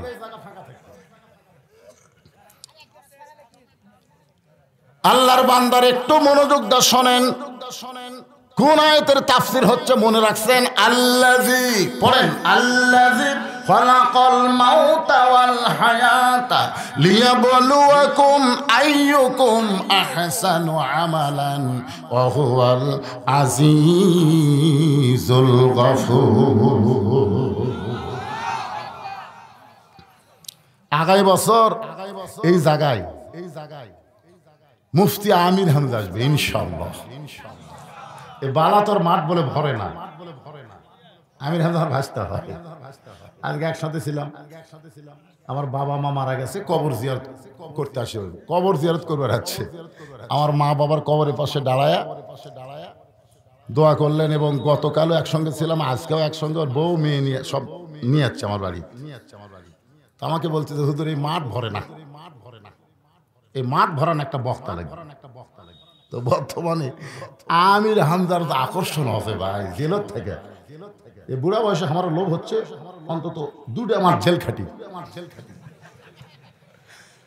কারণ বাংলাদেশে একটা জিনিস আপনারা খেয়াল করবেন, ভালো মানুষকে অন্যায়ভাবে জেল দিলে আল্লাহ তার আকর্ষণ বাড়ায় দেয়। কথা ঠিক, যার জ্বলন্ত প্রমাণ হলো আল্লামা সাইদি রহমতুল্লাহ আলাইহি। জোরে কোন কথা ঠিক কিনা? আরে যদি সরকার এক সপ্তাহ ধরে ছাড়িয়ে দিত, এক সপ্তাহে 7টা মাহফিল করবেন, বাংলাদেশের এমন কোনো ময়দান নাই যে ময়দানে আল্লামা সাইদির শ্রোতার জায়গা দিবার পারত। জোরে কোন কথা ঠিক কিনা? আল্লামা সাইদি তুমি মরনি, শহীদ হয়েছ আমরা এটাই জানি। আমির হামজা কয় চাচা এখন টাকা চাওয়া লাগতেছে না, এমনি জনগণ কয়। আজকে ঠেলাত পড়ে ফেসবুকে একটা লাইভ দিছে, আমি কোনো টাকা পয়সা চাই না ভাই, আপনারা যা দিবেন তাই। জনগণ কথা, এটা কিন্তু খুব তাকওয়া থাকার কারণে আমির হামজার কি করবি এত চাপ। এই সিটার বাটপাড়ার দালাল গরু কেনার মতন দালালি শুরু করছে। ওরা কয় টাকা দিবি আমির হামজা? আমরা তোমার 1.5 লাখ। এই টাকা নিয়ে আমাদের শুরু হয়েছে। এটা জেল খাটার আগে ছিল না, জেল খাটার পরে শুরু হচ্ছে। তার মানে জেল খাটার আকর্ষণ বাড়ছে না কমছে? এই কালো মানুষের ওয়াজের আপনারা জায়গা দিতে পারতেছেন না। তো কোরআনের ফাঁকি বুলবুলি আমির হামজা আসলে কি হবে রে ভাই? এজন্য মাহফিল কমিটিকে বলবো, তারা পিছনে দাঁড়ায় আছে, হয় যাবি না হয় বসবি।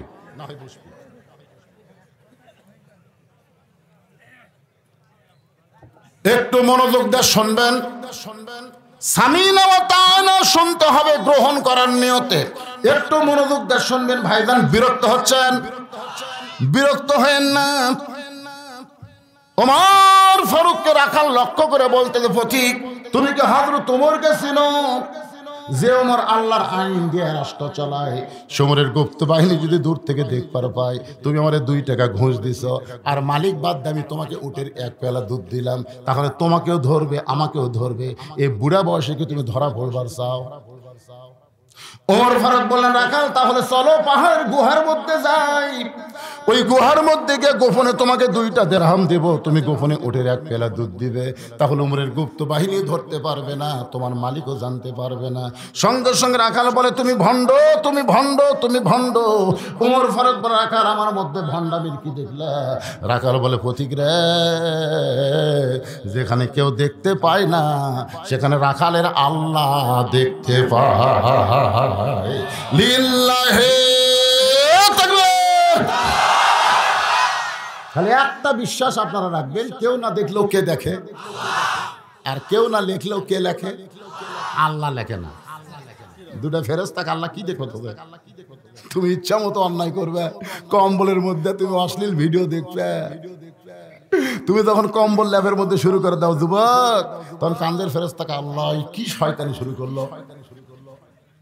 তোমার 2 কান্দে 2 মোহরি লিখিতেছেন ডায়েরি, 2 কান্দে 2 মোহরি লিখিতেছেন ডায়েরি, দলিল দেখে রায় দিবে, টাকা পয়সার নাই কারবার। সবাই বলেন আছেন আমার মুক্তার, আছে। এ গান গালে গুনাহ হবে?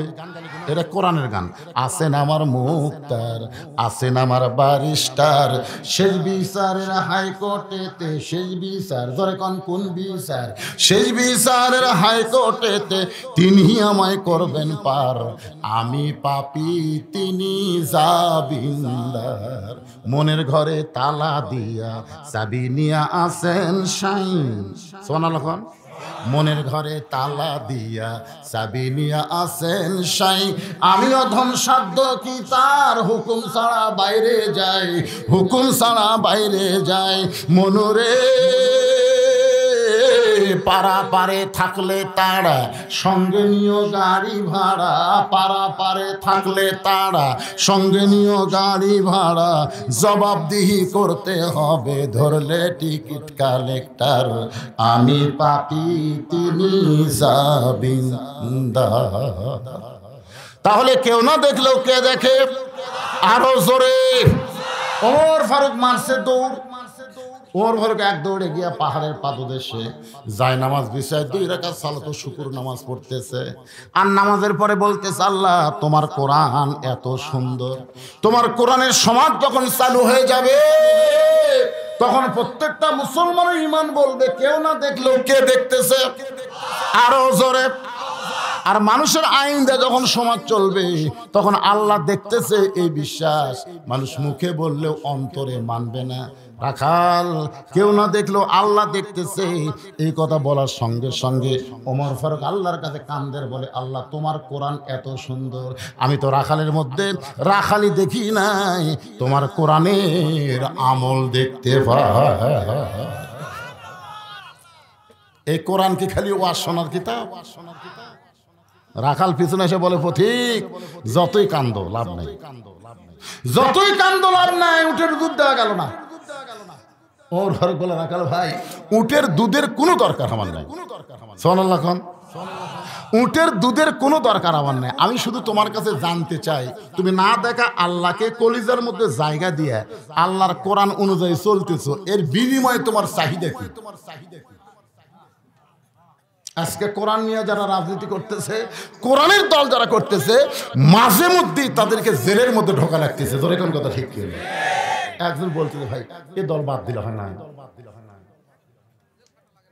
এই দল বাদ দেওয়া কেন? ছেলে তার বাপ বলতেছে, কে তোর জন্য আমার অশান্তি। এই গ্রামের কোন ছেলে তোর মতন 5 ওয়াক্ত নামাজ পড়ে না, তোর মতন কোরআন পড়ে না, তোর মতন হাদিস পড়ে না, কিন্তু ওই সারা শয়তানদেরকে পুলিশ খোঁজে না, তোকে খোঁজে কেন? এই তুই কি দল করিস ভাই?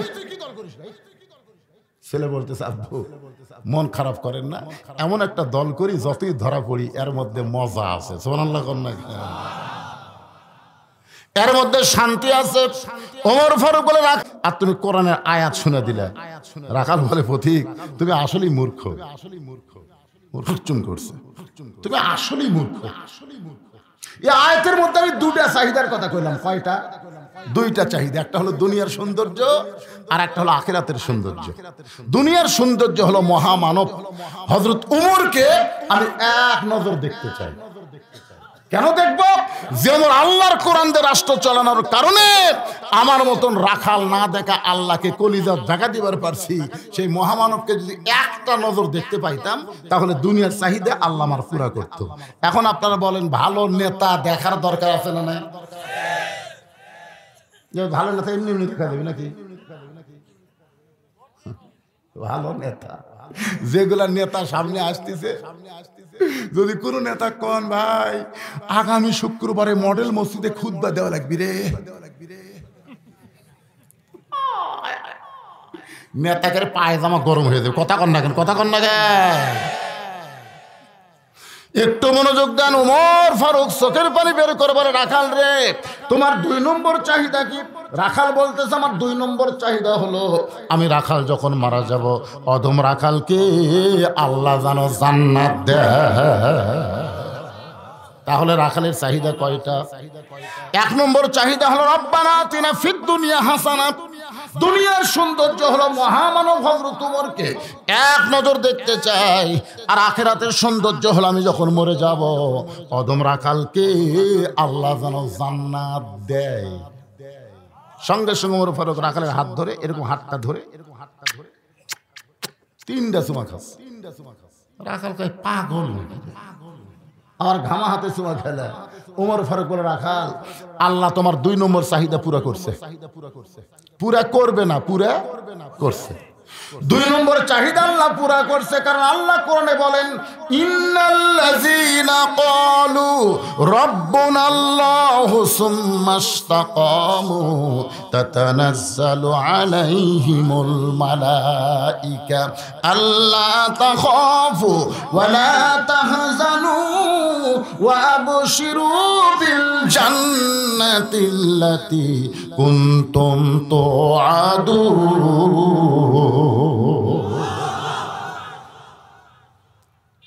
তোমার 2 নম্বর চাহিদা আল্লাহ পুরা করছে।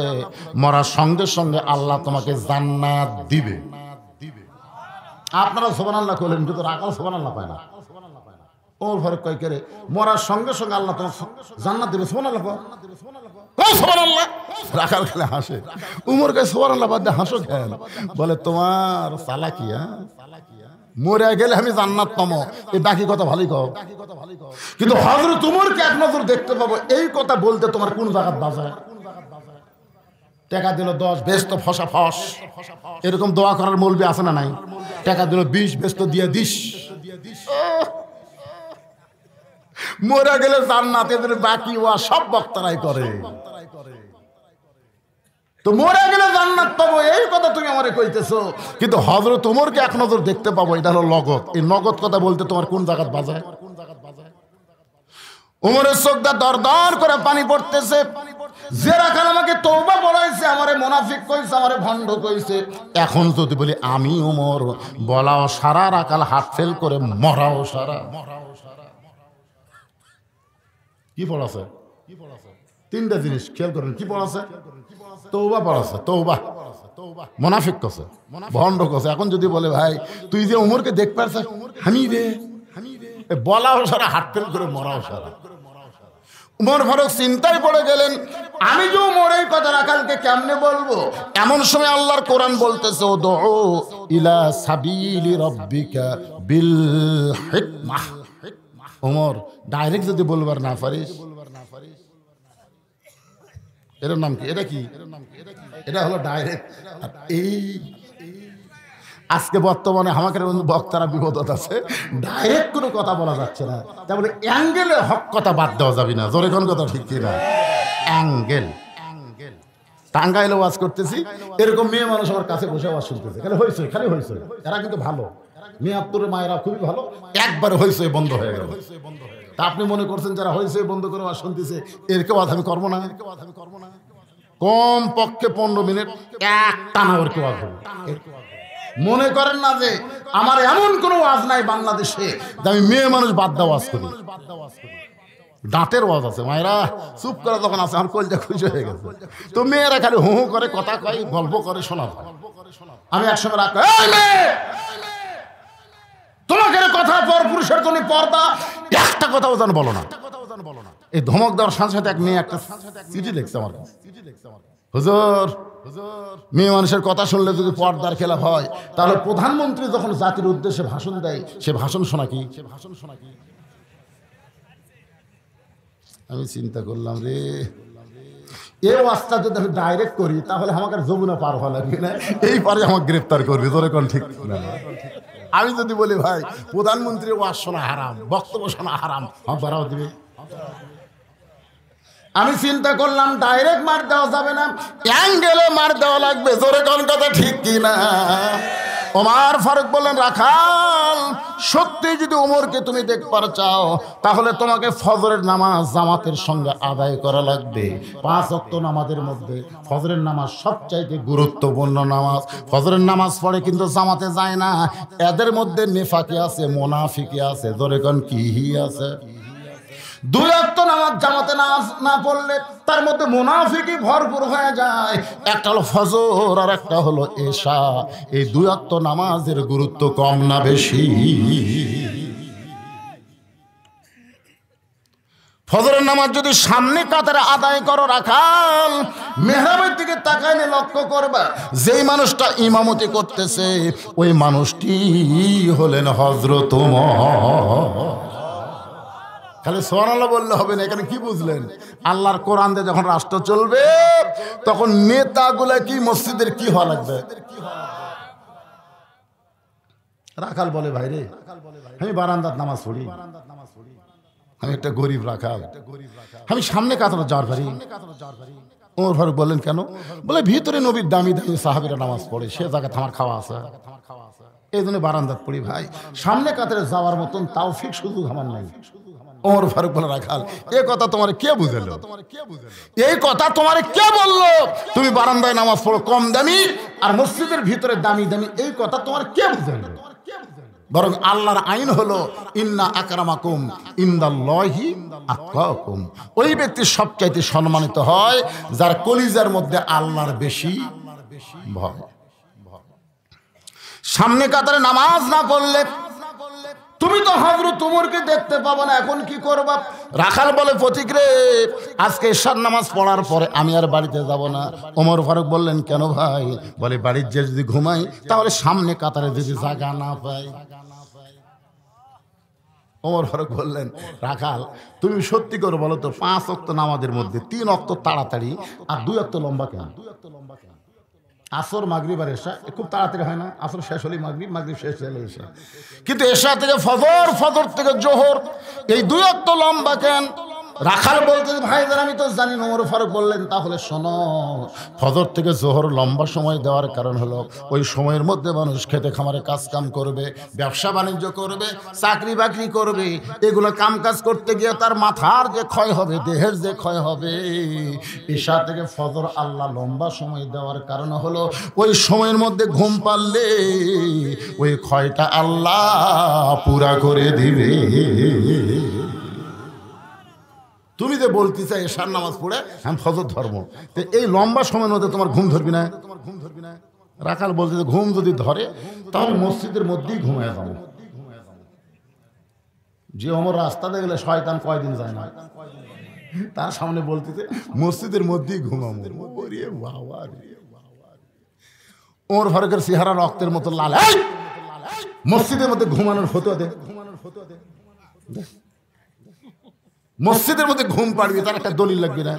কথা কন লাগবে কি লাগবে না? ঘুম তো দূরের কথা, জোহরে নামাজ পড়ে সবাই চলে গেছে, ওরা 3 জন 4 ফ্যান দিয়ে গল্প করতেছে, 1-1 ঘন্টা হয় গল্প ছাড়ে না। ফেরেশতা বলে আল্লাহ সবাই চলে গেল, এই 3টে যে 4 ফ্যান দিয়ে গল্প করতেছে এর রেজাল্ট কি? আল্লাহ বলতেছে এদের রেজাল্ট হলো নামাজের পরে যতক্ষণ এদের মাথার উপর ফ্যান ঘুরিছে এই ফ্যান ঘোরার কারেন্টের বিল এই 3 জন আলাদাভাবে না দিলে এরা জান্নাতে যাওয়ার পারবি না। কারণ মসজিদের বাপের ঘর না, ইচ্ছা মতো ফ্যান ঘুরাবি। জোরে কথা কর না কেন? ছোটবেলাতে আমরা দেখছি পেঁয়াজ রসুন খায় যদি কেউ মসজিদে ঢুকতো মুরব্বীরা তোর মুখ দেখি বাড়াচ্ছে রে, আর এখন মসজিদের মধ্যে পেঁয়াজ কাটতেছে, এখন মসজিদের মধ্যে পেঁয়াজ কেটে মুড়ি মারতেছে। মসজিদ তোর বাপের রান্না ঘর। কথা কর না কেন? কথা কর না কেন? ওমর ফারুক বললেন রাখাল আজানের গুরুত্ব দিও। 5 ওয়াক্ত নামাজের মধ্যে সবচাইতে গুরুত্বপূর্ণ আজান হলো ফজরের আজান। এই আজানের মধ্যে একই শব্দ 2 বার বেশি বলে, এই শব্দটাকে আপনাদের কানত পড়ে। কি শব্দ? আসসালাতু খায়রুম মিনান নাওম। এই শব্দ যুবকেরা শোনার পরে লাত্তি দিয়া যদি ল্যাপ ফেলা দেয়, তুষকরে লাত্তি দিয়া ঠান্ডা পানি উযু করে ফজরের জামাত যদি সামনে কাতারে পড়বার চাই, ফেরেশতা বলে আল্লাহ এই শীতের মধ্যে তোমার বান্দা ল্যাপকে ত্যাগ করে দিল, উযু করে ঠান্ডা পানি দিয়া মসজিদে যায়। আল্লাহ বলে ফেরেশতা সাক্ষী থাক, যৌবন বয়সের ইবাদত আমি আল্লাহর বড় পছন্দ, বুড়া বয়সের ইবাদত কিন্তু আল্লাহর পছন্দ না। এদিন হাসরের ময়দানে আল্লাহর সামনে যখন আপনারা দাঁড়াবেন, আমি যখন দাঁড়াবো, আল্লাহ বলবে তোমার শৈশবকালের কোনো হিসাব দেওয়া লাগবে না, তোমার বুড়াকালের কোনো হিসাব আমি আল্লাহ চাই না, খালি যৌবনের হিসাব দিয়া জান্নাতে চলে যাও। এবার যুবকেরা সুবহানাল্লাহ কয় না, ফজর নামাজ পড়ো না বাবা, তোমরা ফজর নামাজ পড়ো না। ওই একটা কঠিন ফতোয়া দিল ইনশাআল্লাহ। ইনশাআল্লাহ মানে কি? আল্লাহ যদি চায়, আল্লাহ চায় না হুজুর। রে কি কাজ রে। আমি যদি এখন বলি কারা কারা ফজর নামাজ পড়ো, হাত তোলো না, হাত তুলবার আমি কম না। কিন্তু ভাইরে বুড়া বয়সে কাম হবে না তো, বুড়া বয়সে কাম হবে না। 5 ওয়াক্ত নামাজ এইটা এতই গুরুত্বপূর্ণ সরকারি চাকরির মতো। 7 বছর থেকে নামাজের তালিম দাও, আর 10 বছর থেকে জোর করে ঘর ধরে নামাজ পড়াও। কথা কন না কেন? আপনি কত সরকারি চাকরি সব বয়সে হয়? সব বয়সে যেমন সরকারি চাকরি হয় না, সব বয়সে নামাজ ধরলেও চলবে না। নামাজ হলো সরকারি চাকরির মতন। বুড়া বয়সে সরকার যেমন পেনশন দেয়, বুড়া বয়সে যদি 5 ওয়াক্ত নামাজ ঠিক মতো পড়বার না পারে, ওই যৌবন বয়সে পড়ার কারণে আল্লাহ বুড়া বয়সে সওয়াবের পেনশন দিয়ে দেয়। এখন সব সিএল লেগেছে মসজিদে। যৌবনকালে শয়তানি করে বল খেলছে, হাডুডু খেলছে, এ খেলছে, এ খেলছে, মাজার চলে না হুজুর। মাজা তো চলবি না। যে শ্যালো ইঞ্জিল 1 বছর ফেলে দেত, ওই ইঞ্জিল চালু করবার গেছে, ঘটর মোটর ঘটর মোটর ঘটর মোটর স্টার্ট লাগে না। কি জন্য লাগে না? আর বল বিয়ারিং সব দাম মারছে, আর বল বিয়ারিং দাম মারছে। আজকে যারা 5 ওয়াক্ত নামাজ পড়ে না, হঠাৎ বুড়া কালে পড়বার গেছে, ওর মাজার বিয়ারিং জাম মারছে, হাঁটুর বিয়ারিং জাম মারছে, আর লড়ে না হুজুর, আর লড়ে না হুজুর। সিয়ারত বৈশা বুড়া কালে আমাকে কাতারের ফজিলত নষ্ট করে দিল। জামাতে নামাজ পড়া যেমন ওয়াজিব, কাতার সোজা করা হলো তার চাইতে বড় ওয়াজিব। জোরে করার কথা ঠিক কিনা?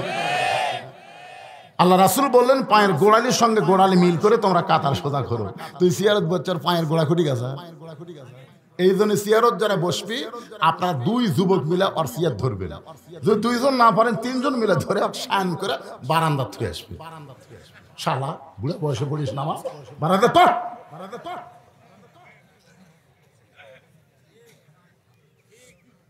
মন খারাপ করতেছে। আজ থেকে 20 বছর আগে বাংলাদেশের কোন মসজিদে সিয়ার দেখা পায়নি। কথা কন না কেন? এখন আমাকে হুজুর আপনি কি সৌদি আরবে গেছিলেন? সৌদি আরবে সিয়ারত নামাজ পড়ি। আমি বললাম, পাগলা, সৌদি আরব দলিল না রে, দলিল হলো আল্লাহর কোরআন। আল্লাহ কোরআনে বলেছেন, কুমু লিল্লাহি কানিতিন। নামাজের যে কয়টা ফরজ আছে তার মধ্যে একটা ফরজ হলো দাঁড়িয়ে নামাজ পড়া। কথা কন না কেন? তুমি হেঁটে হেঁটে এসে সিয়ারত বসলে তুমি জমিদার হসো। একটু মনোযোগ দিয়ে শুনবেন, মনে কষ্ট নিয়েন না। রাখাল এতদিন নামাজ পড়েছে বারান্দায়, আজকে নামাজ পড়বে সামনে কাতারে হযরত ওমরকে এক নজর দেখার জন্যে। এখন বলেন, সামনে কাতারে যাবার গেলে মসজিদের মধ্যে ঢোকা লাগবে, আর মসজিদের মধ্যে ঢোকার নিয়ম আছে না নাই?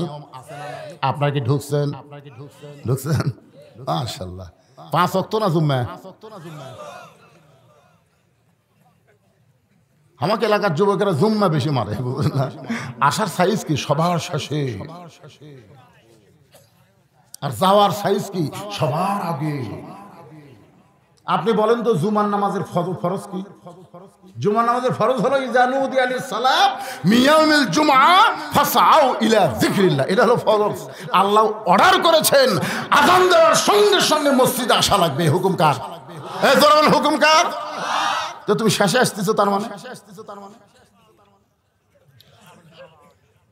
একটু মনোযোগ দিয়ে শুনবেন। 5 ওয়াক্ত নামাজের মধ্যে ফজর আযানের গুরুত্ব বেশি। রাখাল সামনে কাতারে নামাজ পড়ার জন্য সবার আগে মসজিদের দরজায় ঢুকতে গেলে নিয়ম হলো ডান পা। ধরে কোন কি পা?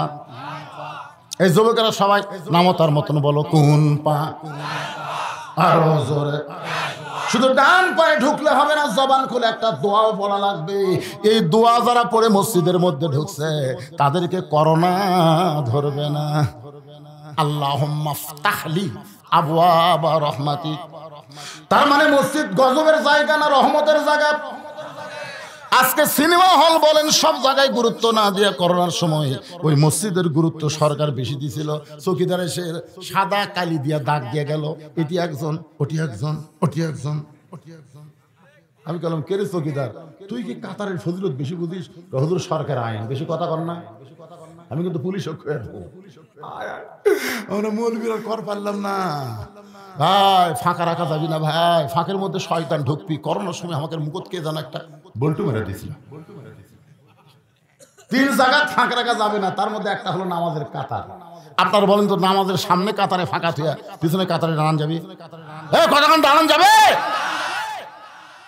তাহলে আল্লাহুম্মা আফতাহ লি আবওয়াবা রাহমাতিক, এই দোয়াটা বই রাখাল সামনে কাতারে যাবার চাই।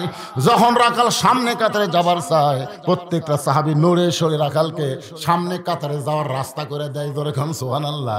রাখাল চোখের পানি বের করে বলে, আল্লাহ, বারান্দায় থাকতে কি ভাবলাম আর ভিতরে ঢুকে কি দেখলাম। বারান্দায় থাকতে মনে মনে করছিলাম চিন্তা, দামি সাহাবীর মধ্যে আমার জায়গা হবে না, কিন্তু ভিতরে ঢুকে দেখতেছি এরাও যা আমিও তাই, ভিতরে ঢুকলে সবাই সমান হয়ে যায়। কন্যা খান এসপি সাহেব খেয়াল করে দেখে তার কাছে ফাঁকা। এসপি কয়েকের সামনে কাতারে ফাঁকা থুয়া, আমার কাছেই তো ফাঁকা রে। তাকে দেখে চৌকিদার খাড়া গাছ। চৌকিদার বলে, না স্যার, না স্যার, আপনি এসপি, আমি চৌকিদার। এসপি কয়েকের পাগলা, বাইরের কথা ভিতরে কোষ করে। তুই চৌকিদার, আমি এসপি, সে হলো বাহিরের কথা, ভিতরের কথা হলো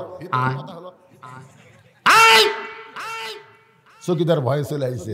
এসপি হাত ধরে, এখন গোড়ার সাথে গোড়াল মিল কর। চৌকিদার কান্দে বলে, মাবুদ, ভিতরে এত শান্তি বাহির থেকে বোঝা যায় না। উদখুলু ফিস সিলমি কাফা, পুরাপুরি ভাবে ভিতরে ঢুকে দেখো, ইসলামের ভিতরে যে শান্তি, বাহিরে সে শান্তি না।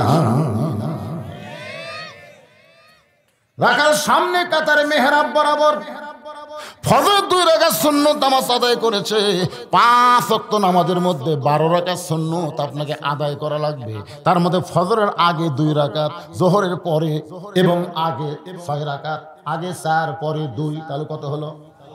যোহরের সুন্নত বেশি। মাগরিবের পরে 2 রাকাত, এশার পরে 2 রাকাত, আর ফজরের আগে 2 রাকাত নামাজ পড়বেন। রাসূল বলেছেন, ফজরের 2 রাকাত সুন্নত আসমান জমিন বিক্রি করে যদি দেওয়া হয় তাও সমান হবে না।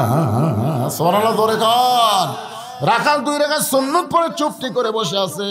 এমন সময় এক সাহাবী মসজিদের মধ্যে ঢুকে দেখে জায়গা দখল। যে সাহাবী ঢুকে দেখে জায়গা দখল, ওই সাহাবীর নাম হলো ওসমান গনি। জোরে কোন নাম কি? আমার জায়গাত কে রে? আপনারা বলেন তো, ইমাম ছাড়া মসজিদের কোন জায়গা কারোর জন্য বরাদ্দ আছে? তো ওসমান গনি কেন বলতেছে যে আমার জায়গা কে রে? মনে মনে জোরে তো কোয়া যাবি না। ওসমান গনি হলো সবচাইতে শর্মিন্দা। রাসূল বলেছেন, আল হায়াউন ওসমান, ওসমান হলো সবচাইতে বেশি শরম। ওসমান গনি মনে মনে চিন্তা করে, আমার জায়গায় কে রে? আল্লাহর নবী বলেছেন, আমি যখন ইমামতি করব, আমি বরাবর পিছনে যে দাঁড়াবে তার নাম আবু বকর। আবু বকর যখন ইমাম হবে, আবু বকর বরাবর পিছনে যে দাঁড়াবে তার নাম ওমর। ওমর যখন ইমাম হবে, ওমর বরাবর পিছনে যে দাঁড়াবে তার নাম হলো ওসমান। ওসমান যখন ইমাম হবে, ওসমান বরাবর পিছনে দাঁড়াবে তার নাম হলো আলী। আলী যখন ইমাম হবে, আলী বরাবর পিছনে। এই কথা বলে নবী চুপ হয়ে গেলেন। সাহাবীরা বলে, রাসূলুল্লাহ, আলী যখন ইমামে দাঁড়াবে, রাসূল বললেন, মা ইয়ানতিকু আনিল হাওয়া ইন হুয়া ইল্লা ওয়াহয়ুন ইউহা। আমি রাসূল বলবার পারি না যতক্ষণ আল্লাহ না বলায়। এ আলী পর্যন্তই হলো খোলাফায়ে রাশেদা। জোরে কর না সুবহানাল্লাহ। তাহলে ওমর যখন ইমামতি করবে, ওমর বরাবর পিছনে কে দাঁড়াবে? ওসমান। জোরে কর, কে দাঁড়াবে? এটা আসিয়া দেখে জায়গা, আমার জায়গাত কে রে? ওসমান গনি ভিতরে ঢুইকা রাখালের কাছে গিয়া দেখে সামান্য জায়গা আছে। ওসমান গনি ফাঁকা জায়গায় 2 রাকাত সুন্নত নামাজ আদায় করে রাখালের মুখের দিকে 3 বার তাকাছে। জোরে কোন কয়বার?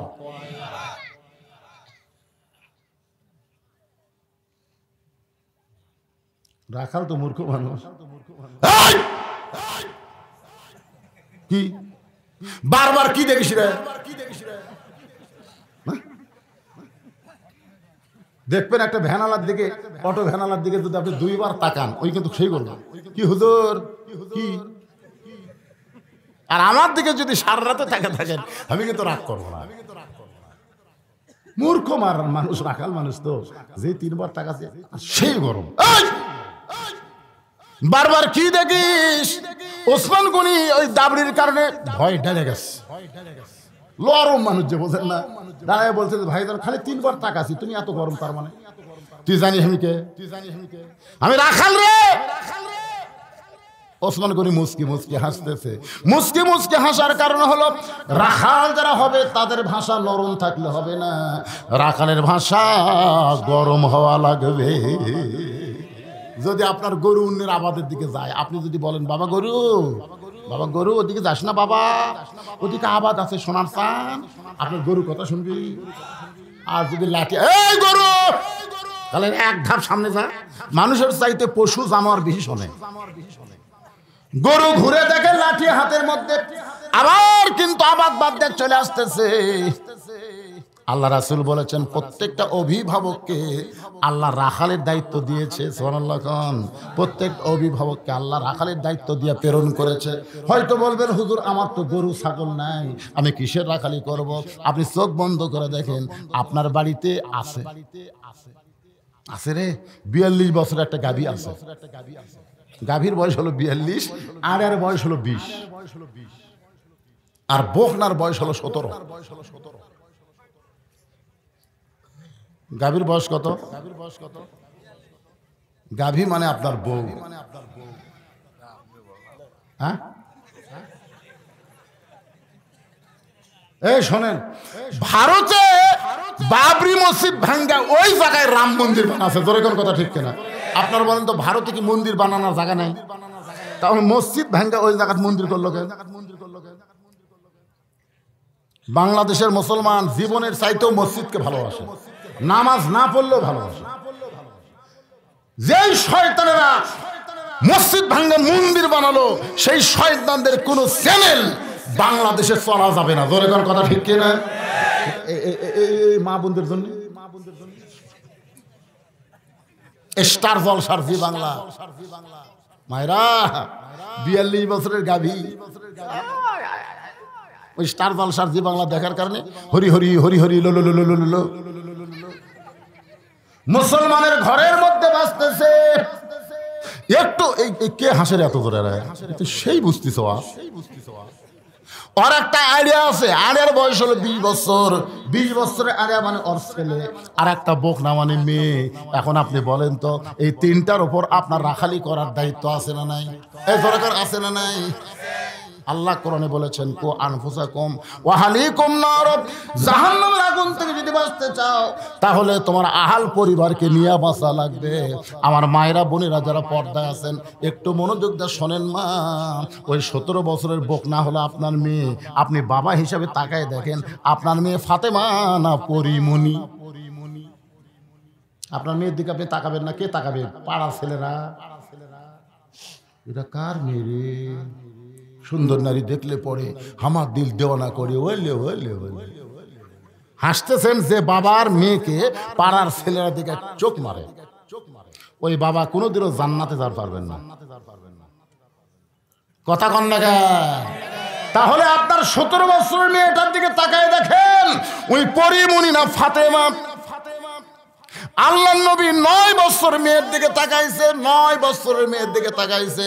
হাতের মধ্যে 2টা চুরি দিয়া মুস্কি মুস্কি হাসতেছে। আমি বুঝবার পারছি এরা কাগজ টানতেছে, মানে কিছু লেখা দিবি, কানে কানে আমি কিন্তু সব বুঝেছি। মানে আপনাদের মধ্যে ব্যাগ দিয়ে টাকা তুলবার বলতেছে, কিন্তু এরা জানে না যে বলবিষের ওয়াজের আখের মোনাজাত না করে কেউ যায় না। কিন্তু এদের মধ্যে একটা ধোকা ধোকা ধোকা আমাদের বগুড়াতে বলে যে ধুকধুকি ধুকধুকি, কি জানি হয়, কি জানি হয়। ঠিক আছে ভাই, এই ধুকধুকি বন্ধ করার জন্য 5টা মিনিট। আপনারা বলেন তো, এ পর্যন্ত আমি ঘড়ি দেখছি, কথা কন দেখছি আমি, কারণ ঘড়ি দেখা বক্তা আমি না। আপনারা বসে আছেন, আমার ওয়াজ চলতে থাকে, কিন্তু এদের মধ্যে ধুকধুকি লেখিছে, এবারে লেখিছে। আপনারা এই ব্যাগলা ফাটি কুটি 10 টাকা নাই। আপনারা বলেন তোর পকেটে টাকা আছে না নাই? কিন্তু 10 টাকা নাই বলে আস্তে করে মারে ঠেলা, এক ঠেলায় 3 জন পার হয়ে যায়। যাদের মুখের একটা দান বাক্স পার হয়ে গেল এরাও খুশি হয়, জাকিরে তোর হাতত বল আছে রে।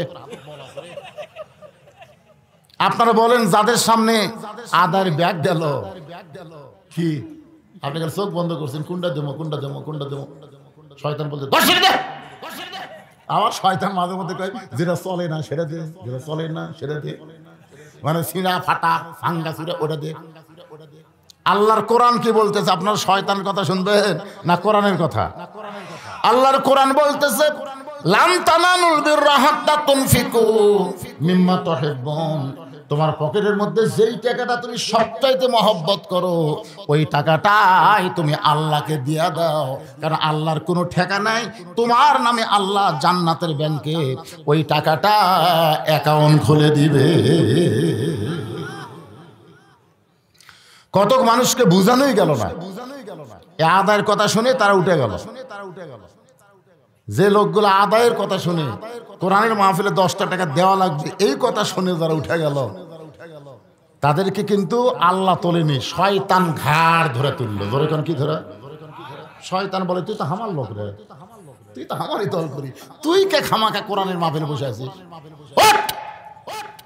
যে কয়টাই গেছে শয়তানের ঘাড়ত রগট একটা ঠিপি মারছে, ওই লাভ ধরে চলে গেছে। ওই জায়গা থাকা হলো কেন? ওই ভাই ওই জায়গা থাকা হলো কেন? কে রে একবার অর্ডি দিলে পেশাব করে গেছে ওই জায়গা থেকে? ওই জায়গাটা বন্ধ করেন তো, শয়তান বসে কিন্তু চান্স মারবি। আপনার যারা পিছনে আছেন সামনে আছেন, দুই জায়গা আপনার জান্নাতে সাক্ষী হবে। এক জায়গায় বসছেন আর এক জায়গাতে এসে বসলেন। মাহফিলের সৌন্দর্য রক্ষা করার জন্য যাদের সামনে ফাঁকা হয়েছে আল্লাহর রাস্তায় তারা জমে বসেন, বাকি আলোচনাটা মনোযোগ দিয়ে শোনেন। একটু জিকির করেন লা ইলাহা ইল্লাল্লাহ, লা ইলাহা ইল্লাল্লাহ, লা ইলাহা লা ইলাহা ইল্লাল্লাহ মুহাম্মাদুর রাসূলুল্লাহ সাল্লাল্লাহু আলাইহি ওয়াসাল্লাম। আমি আপনাদের কি বলতেছিলাম, আপনার ঘরে একটা গাভী আছে, গাভী মানে আপনার বউ, মনে কষ্ট নিয়েন না। হয়তো বলবেন হুজুর আমার বউরে গাভী কন। আল্লাহ কোরআনে বলেছেন সুম্মা রাদাদনাহু আসফালা সাফিলিন। মানুষের মধ্যে জন্ম নিয়ে মানবীয় চরিত্র যদি না থাকে সে পশুর চাইতে জঘন্য হয়ে যায়। মুসলমানের ঘরে কোরআন তেলাওয়াত হবে, মুসলমানের ঘরে নামাজ হবে, কিন্তু মুসলমানের ঘরে স্টার জলসা জি বাংলা চলতে দেওয়া যায় না। ধরে কোন কথা ঠিক কিনা? কারণ যারা আমাদের মসজিদ ভাঙ্গা রাম মন্দির বানাচ্ছে, ওদের মূর্তি ওদের পূজার বাদ্য আমাদের ঘরে চলুক, আমরা মুসলমান এইটা বয়কট করলাম। বয়কট কি করলাম? আরো জোরে বলেন কি করলাম? আল্লাহর নবী তাকায় দেখে 9 বছরের ফাতেমা হাতের মধ্যে চুরি দিয়ে মুসকি মুসকি হাসতেছে। 9 বছরের একটা ছোট্ট মেয়ে হাতের মধ্যে চুরি দিয়ে মুসকি মুসকি হাসে। নবী আর ঘরের মধ্যে ঢুকলেন না। ফাতেমা চমকে গেল। যে বাবা ঘরের মধ্যে ঢুকে আমাকে মা মা বলে আদর করে, আজকে সেই বাবা ঘরের মধ্যে ঢুকলো না। বারান্দায় তাকায় দেখে নবীর চোখ দিয়ে দর দর করে পানি পড়তেছে। ফাতেমা বলে বাবা কি দুঃখ আপনার মনে, এমন করে কাঁদতেছেন? রাসূল বলে ফাতেমা রে, তুই নবীর মেয়ে বলে তুই জান্নাতে যাবি, এই কথা কখনোই মনে করবি না। তোর বাবা আল্লাহর নবী বলে আল্লাহ তোকে জান্নাত দিবে এটা মনে করিস না মা। জান্নাতে যাবার চাইলে জান্নাতের আমল করে জান্নাতে যেতে হবে। ফাতেমা বলতেছে বাবা তাহলে আমার মধ্যে কি দেখলেন যেটা দেখার পর আপনি ঘরে ঢুকলেন না? রাসূল বলেন ফাতেমা যে দুনিয়াতে সাজবে মা, আল্লাহ তার আখিরাতের সাজ কমায় দিবে। বাল তুসিরুনাল হায়াতাদ দুনিয়া ওয়াল আখিরাতু খায়রু ওয়া আবকা। সঙ্গে সঙ্গে ফাতেমা হাতের চুরি খুইলা ফাইলা দেয়। নবী দৌড়ে গিয়া 2টা চুরি করে জামার পকেটের মধ্যে ঢুকায়। ফাতেমা বলে বাবা যেই চুরি পরার কারণে ঘরে ঢুকলেন না, ফেলে দিলে আপনি করে কেন পকেটে ঢুকাইলেন? রাসূল বলে ফাতেমা রে আয় আয় তুই আমার কাছে আয়। মেয়েদেরকে আদর করার কথা রাসূল বলেছেন, ছেলেদের চাইতে মেয়েদেরকে আদর বেশি করবা, কারণ মেয়েরা বাবাকে এত ভালোবাসে। কিন্তু বাংলাদেশের বহু বাবা দেখবেন ছেলেদের 16 বিঘা জমি দিয়েছে আর মেয়ের 16 শতক জমি দেয়, কয় মা আল্লাহর রাস্তায় আমাকে মাফ করে দে। মেয়ে কান্দারে বলে বাবা জমি দেওয়া লাগবে না, আপনি না দিলেও আমি মাফ করে দিব। ধরে কোন কথা ঠিক কি না? কোরআনের ফারাজ কি? ছেলে যা পাবে মেয়েরা তার অর্ধেক দেওয়া লাগবে। আর আপনি বিঘার জায়গায় শতাংশ দিচ্ছেন, তারপরও মেয়েরা কিন্তু বাপ মাকে গর্দ দেয় না। জোরে কথা কন না কেন? মেয়েরা যে কত ভালো। আল্লাহ নবী ফাতেমারে ডাক দিয়া ফাতেমার কপালে একটা চুমু দিয়ে বললেন, ফাতেমা একদিন তোর নাকে নাক ফুল পরায় দিব, একদিন তোর কানে কানের দুল পরায় দিব, একদিন তোর গলাত মালা পরায় দিব। ফাতেমা বলে, বাবা কবে কবে? আল্লাহ নবী বললেন, যেদিন তোমার বিবাহ হবে। ও ফাতেমা, মেয়েরা কেবলমাত্র এক ব্যক্তির জন্য সাজতে পারবে, সেই ব্যক্তি হলো তার স্বামী। স্বামী ছাড়া অন্য কোনো পুরুষের জন্যে। একটু মনোযোগ দিয়ে শুনবেন, মেয়েরা কেবলমাত্র এক ব্যক্তির জন্য সাজতে পারবে, সেই ব্যক্তি হলো তার স্বামী। স্বামী ছাড়া অন্য কোনো পুরুষের জন্য নারীদের সাজা চলবে। আল্লাহ রাসূল বলেন, ফাতেমা পর্দার মধ্যে থাকবা। মেয়েদের 1 নম্বর আমল হলো পর্দা। আল্লাহ কোরআন কারীমের মধ্যে বলেছেন, ওয়াকরনা ফি বুয়ুতিকুন্না ওয়ালা তাবাররাজনা তাবাররুজাল জাহিলিয়াতিল উলা। এমন পর্দার মধ্যে ফাতেমা ছিল। মরার সময় স্বামীর ওসিয়ত করলো, রাতের অন্ধকারে আমাকে দাফন করবেন, আমার জানাজার কোনো ব্যবস্থা করা লাগবে না, আমার লাশটা খাটনিতেও তুলবেন না। আমি ফাতেমার দেহের ওজন দুনিয়ার কোনো পুরুষ মানুষ জানুক, এটা আমি চাই না। ওগো স্বামী, আপনি কান্দে করে জান্নাতুল বাকির পূর্ব কোণ আমাকে দাফন করবেন। গভীর রাত্রে হযরত আলী ফাতেমাকে দাফন করার পরে আল্লাহকে বলে, আল্লাহ আমার ফাতেমার পর্দাকে তুমি কবুল করে নাও। যেই মাত্র দোয়া করেছে তাকায় দেখে সামনে কয়েকটা পুরাতন কবর। এই মাত্র ফাতেমার কবর দিছে, সেই নতুন কবর আর আলী দেখতে পাই না। আলী বলে, আল্লাহ নিজের হাতে ফাতেমাকে দাফন করলাম, সেই ফাতেমার কবর যার দেখতে পাই না। আল্লাহ কে যেন বলে, আলী রে ফাতেমা পর্দা নিশি, আমি আল্লাহ জোহরা ডিগ্রি দিয়া ফাতেমার কবরটাকে কিয়ামত পর্যন্ত পর্দা করে দিয়েছি। আমার মায়েরা যারা পর্দার অন্তরালে বসে বসে ওয়াজ শুনতেছেন, মা পর্দার মধ্যে থাকবেন, 5 ওয়াক্ত নামাজ পড়বেন, স্বামীর কথা মতো চলবেন। এই 4টি আমল যদি করতে পারেন, 5 ওয়াক্ত নামাজ পড়বেন, রমজানের রোজা রাখবেন, স্বামীর কথা মতো চলবেন, তাহলে আল্লাহ তাআলা খুশি হইয়া 8টা জান্নাতের দরজা আপনাদের জন্য খুলে দিবে। ওসমান গনি বলে, ভাইজান কোনদিন আপনাকে সামনে কাতারে দেখিনি ভাই, আজকে প্রথম দেখতেছি। রাখাল বলতেছে, আমার সামনে কাতারে আসার ঠেকা আছে, আজকে দেখার জন্য যাচ্ছে, কাল দেখা হয়ে গেলে কাল থেকে আসবো না। কারণ বারান্দার যে মজা আছে সামনে কাতারতা নেই। কারণ বারান্দাতে ইমাম সাহেব সালাম ফিরেলি দৌড় দেওয়া যায়, জোরে কোন কথা ঠিক কিনা? সামনে কাতারতে দৌড় দেওয়া যাবে, কেবল নামাজ শেষ করতে 2-4 দৌড় উড়ে। এখন কোন দিক দিয়ে যাবি তারা জায়গা ভাই। এই জন্য অনেক লোক কিন্তু মসজিদে আগে এসব সামনে কাতারে ঢোকে না, বিপদত পড়ে। দরকার নাই ভাই, ওই পিছনেই থাকি। সামনে কাতারে খালি দেখার জন্য আসছি রে, দেখা হয়ে গেলে আর আমি কোনোদিন আসবো না।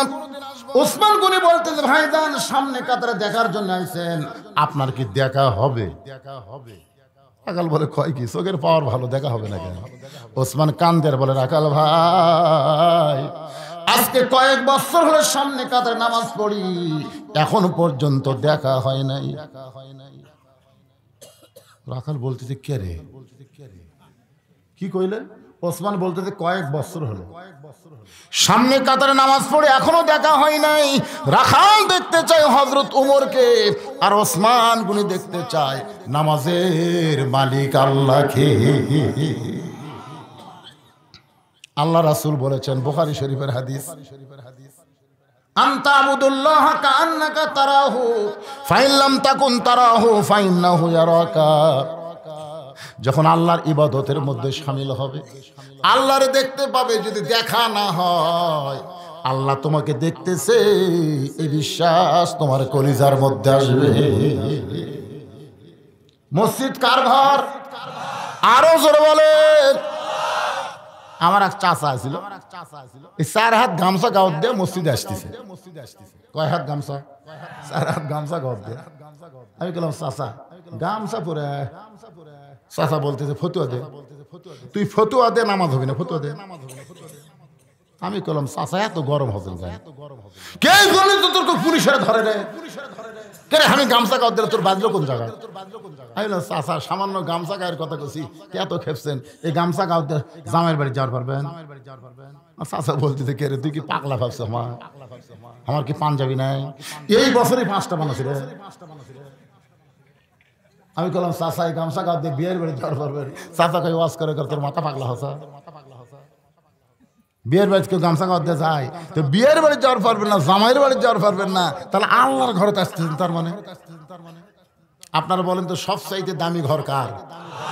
প্রধানমন্ত্রীর কাছে যদি কেউ গামছা গাও দিয়ে যায়, যাবার তো দিবি না, খালি কেউ যাবার চাইলে চৌকিদারি লাগতে জোরে করার কথা। ঠিক তুই প্রধানমন্ত্রীর ঘর গামছা গাও দিয়ে আসতেছিস, তাহলে প্রধানমন্ত্রী ডিসিএসপির ঘরে যদি তুমি সাইড হয়ে যাও তা আল্লাহর ঘর গামছা কে?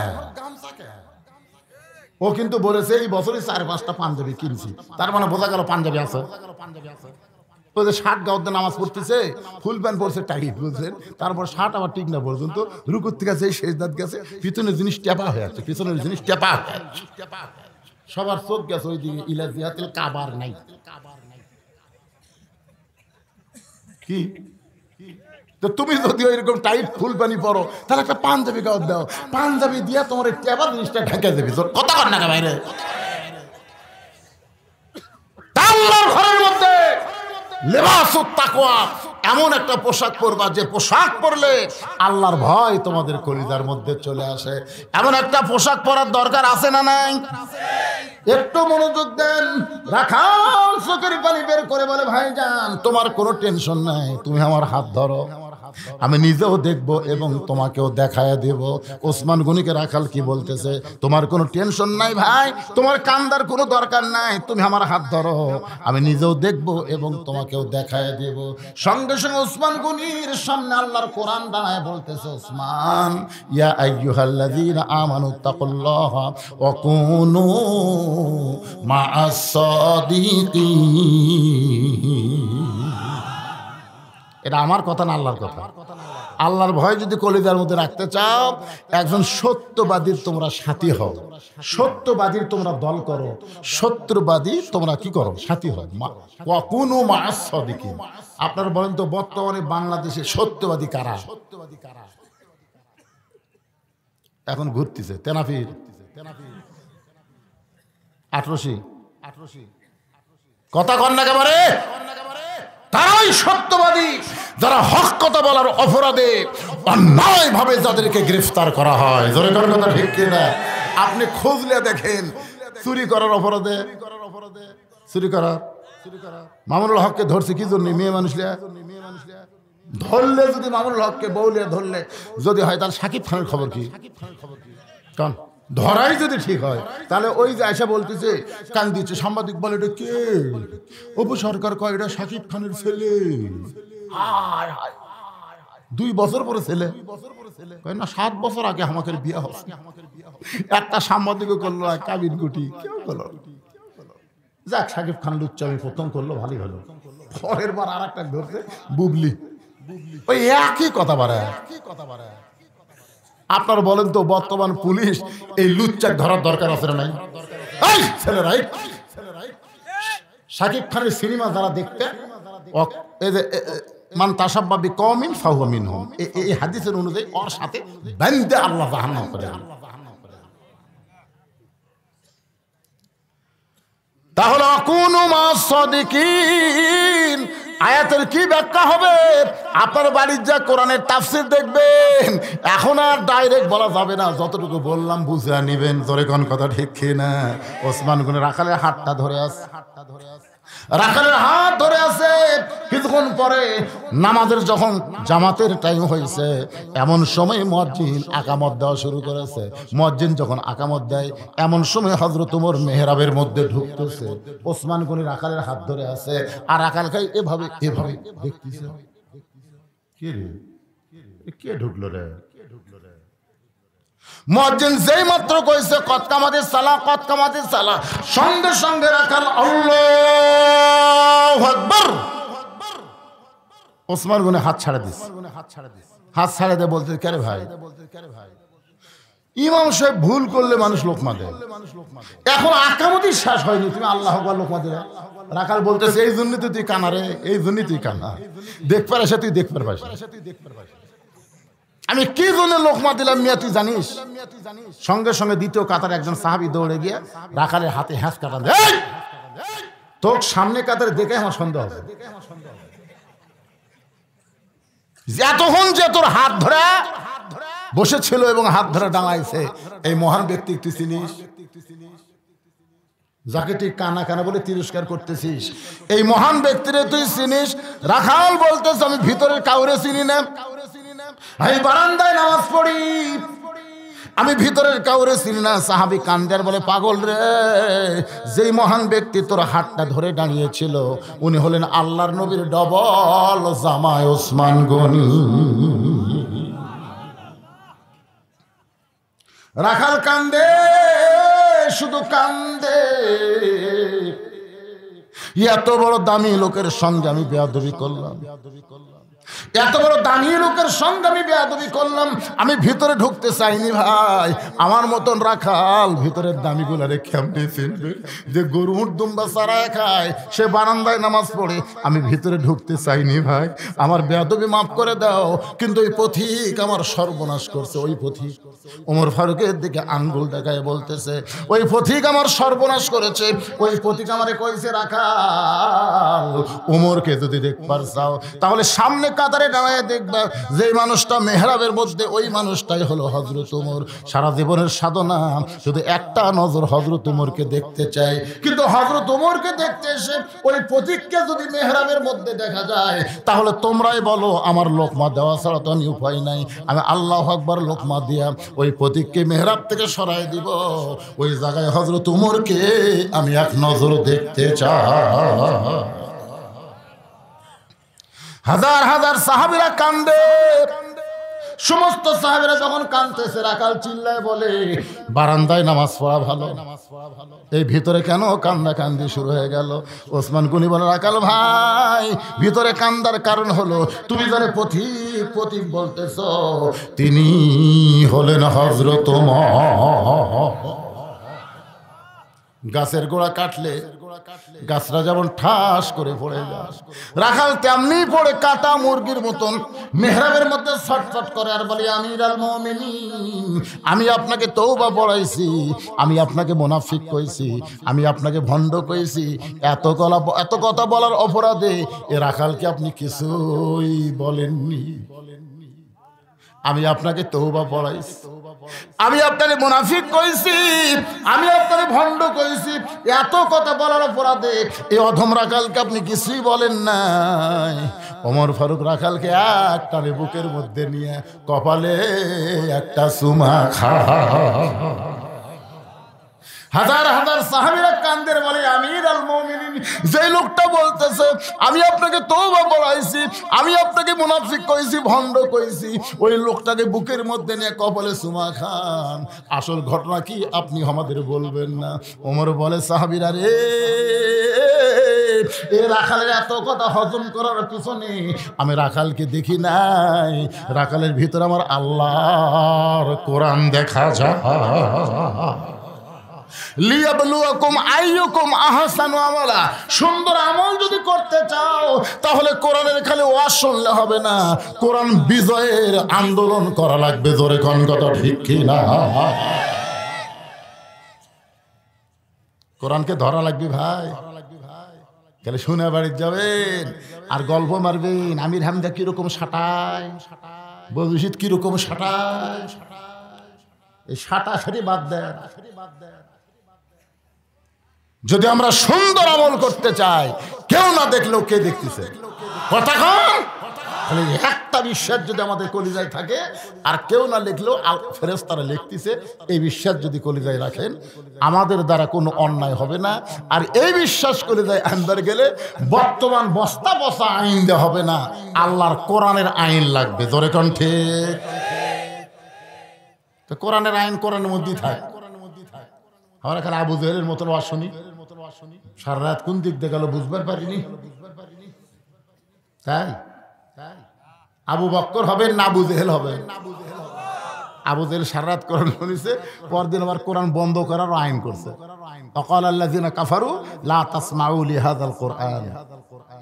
আর আবু বকর শুধু কোরআন শুনে নাই, কোরআনের জন্য জীবন দেওয়ার জন্য প্রস্তুত হয়ে গেছে। জোরে কোন কথা ঠিক কি না? আমরা আবু জেহেল হব না আবু বকর হব? কারা কারা আবু বকর হবেন? দুই হাত তুলে আল্লাহর দেখান। লিল্লাহি তাকবীর। হাত নামান। বুখারী শরীফের হাদিস, মান সাল্লাল্লাহু তাআলা আশ-শাহাদাতা বিসিদকিন বাল্লাগাহুল্লাহু মানাজিলাশ শুহাদাই ওয়াই মাতা আলা ফিরাশিহি, রাওয়াহুল বুখারী কিতাবুল মাগাজি। আল্লাহ রাসূল বলেছেন, ইসলামে আন্দোলন করতেছে আর মনে মনে তার টার্গেট হলো আল্লাহর কোরআনের বিজয় বাংলাদেশের আকাশে দেখতে চায়। এই হিসাবে যারা ইসলামিক দল করে, ওই মাতা আলা ফিরাশিহি, সে যদি নিজের বিছনায় মৃত্যুবরণ করে, বাল্লাগাহুল্লাহু মানাজিলাশ শুহাদা, আল্লাহ তাআলা হাসরের ময়দানে তাকে শহীদদের কাতারে দাঁড় করাইয়া দেয়। এই হিসাবে লাখওয়াল মুলক লা শারিকা লাহ শুধু মক্কায় বললে হবে না, আমার বাংলাদেশেও চালু করা লাগবে। জোরে কোন ঠিক কিনা? বক্তার শ্রোতা, প্রধান অতিথি সহ আল্লাহ সবাইকে যেন তৌফিক দেয়। সকলে বলে আল্লাহুম্মা আমিন। ভাই, তিনটা প্রশ্ন আছে। এখন প্রশ্নগুলো কি এক ব্যক্তির না সব ব্যক্তির? একজনেরই। এগুলো কি সবার পক্ষ থেকে না একলা একলা? হুজুর আমার সালাম নেবেন। আমি প্রতিদিন এশার নামাজ আজানের আগে নামাজ পড়ি, এশার নামাজ আজানের আগে নামাজ পড়ি, এই নামাজ হবে কিনা? আপনি এশার নামাজের আজানের আগে নামাজ পড়েন, আজান দেয় ওয়াক্ত শুরু হওয়ার সময়, তার আগে যদি আপনি নামাজ পড়েন তাহলে ওয়াক্তই শুরু হয়নি। আর নামাজ পড়বার গেলে ওয়াক্ত তালাশ করা ফরজ। জোরে কোন কথা ঠিক কিনা? তো আজানের আগে আপনি নামাজ পড়েন, আপনি এত বড় মরদ কিনে খোলেন? আমার বুকের ব্যথার জন্য শুয়ে থেকে কোরআন পড়া যাবে কিনা? অবশ্যই যাবে। শুয়ে থাকা যাবে, বসে থাকা যাবে, কোরআন পড়বেন, অসুবিধা কি ভাই? কোরআনের সম্মান বজায় রেখে কোরআন তেলাওয়াত করবেন। আমি কোরআন পড়ছি, এই সময় আজান দিলে কোরআন পড়া থামাতে হবে কিনা নাকি পড়া যাবে? আজানের উত্তর দেওয়া ওয়াজিব, আর কোরআন তেলাওয়াত করা, আপনি তো সবসময় কোরআন যেটা তেলাওয়াত করেন পড়েন, এটা হলো নফল। সবসময় কোরআন পড়া কি নফল, কোরআন মানা কি ফরজ, কিন্তু আজানের উত্তর দেওয়া হলো ওয়াজিব। তাহলে ওই সময় কোরআন পড়া থেমে আপনি আজানের উত্তর দিয়ে নেবেন। উত্তর দেওয়াও তো আল্লাহরই কথা, নাকি কোন ভাই? এই জন্য আপনি আপাতত কোরআন আয়াত যা থামা দিবেন, আজান উত্তর দেওয়ার পর আবার কোরআন তেলাওয়াত করবেন। আর আমি 500 টাকা দিলাম আমার বাবার জন্য। হচ্ছে ঠিক আছে, আমরা দোয়া করি আল্লাহ তার বাবার কবরকে জান্নাতের টুকরা বানায় দেখ। সকলে বলে আল্লাহুম্মা। ভাই কিছু বলবো না? এখন মোনাজাত করে দিচ্ছি। আল্লাহুম্মা আমিন। আল্লাহুম্মা আনতাস সালাম ওয়া মিনকাস সালাম তাবারাকতা ইয়া যাল জালালি ওয়াল ইকরাম। 2 দিন ব্যাপী তাফসীরুল কোরআন মাহফিলের প্রথম রজনীতে আল্লাহ দীর্ঘ সময় পর্যন্ত কোরআনের বিজয়ের আন্দোলন কারে কয়, কোরআন কারে কয়, এইটা বোঝানো নিয়ে সূরা মুলকের 2টা আয়াত থেকে আলোচনা করেছি। মেহেরবানি করে আজকের মাহফিল আমাদের সকলের হেদায়েতের জন্য, নাজাতের জন্য, জান্নাতের জন্য কবুল করো। এই মাহফিলের শুরু থেকে শেষ পর্যন্ত যত আলোচনা হয়েছে, আল্লাহর মধ্যে যদি ত্রুটি হয়, ভুল হয়, মাফ করে দিও। এর যা হাদিয়া মঞ্জুর করো। সোনার মদিনায় নবী পাকের রওজা মুবারকে আল্লাহ কবুল করে নিও। তামাম আম্বিয়ায়ে কেরাম, আসহাবে কেরাম, তাবিনে কেরাম, তাবিনে কেরাম, তামাম পৃথিবীর মাটির নিচে যত মুমিন মুমিনা আছে আল্লাহ সকলে আরওয়াহ আর হাদিয়া কবুল করো। আমরা যারা হাত তুলেছি, আমাদের জনম দুঃখী মা যাদের কবরে চলে গেছে, ছোট্ট একটা শব্দ হলো মা। এ নামের মধ্যে কি মধু, যাদের মা নাই তারাই বুঝতেছে। এই দরদের মা যাদের কবরে গেছে, আল্লাহ মেহেরবানি করে মায়ের কবরকে জান্নাতের টুকরা বানিয়ে দাও।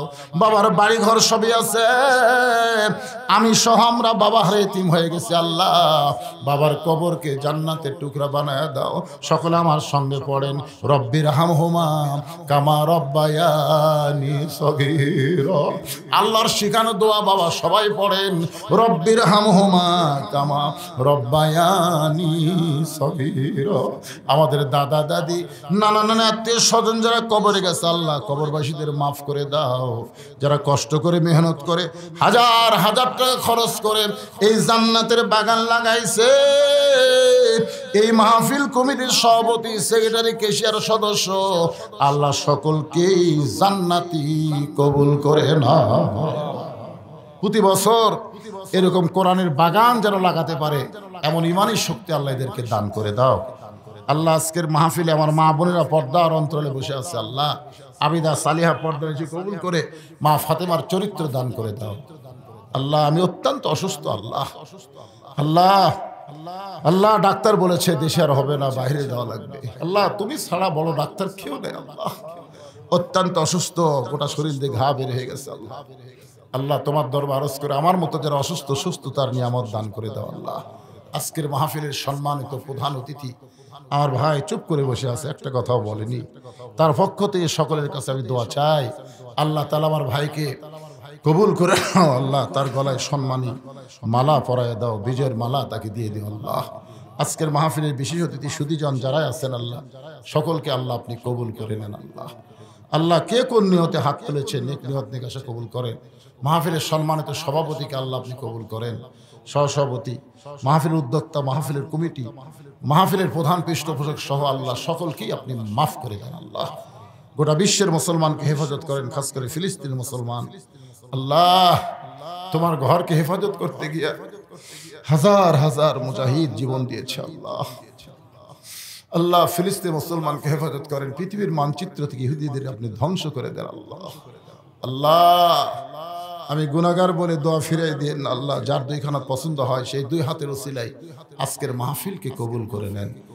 যেদিন আমাদের মৃত্যু হবে দিনটা যেন জুমার দিন হয়, মাসটা যেন রমজান মাস হয়, ইমানের সাথে ইজ্জতের সাথে এই দুনিয়া থেকে বিদায় নেওয়ার সময় আমাদের জবানে জারি করে দিবেন লা ইলাহা ইল্লাল্লাহু মুহাম্মাদুর রাসূলুল্লাহ সাল্লাল্লাহু আলাইহি ওয়াসাল্লাম। আসসালামু আলাইকুম ওয়া রাহমাতুল্লাহি ওয়া বারাকাতুহু।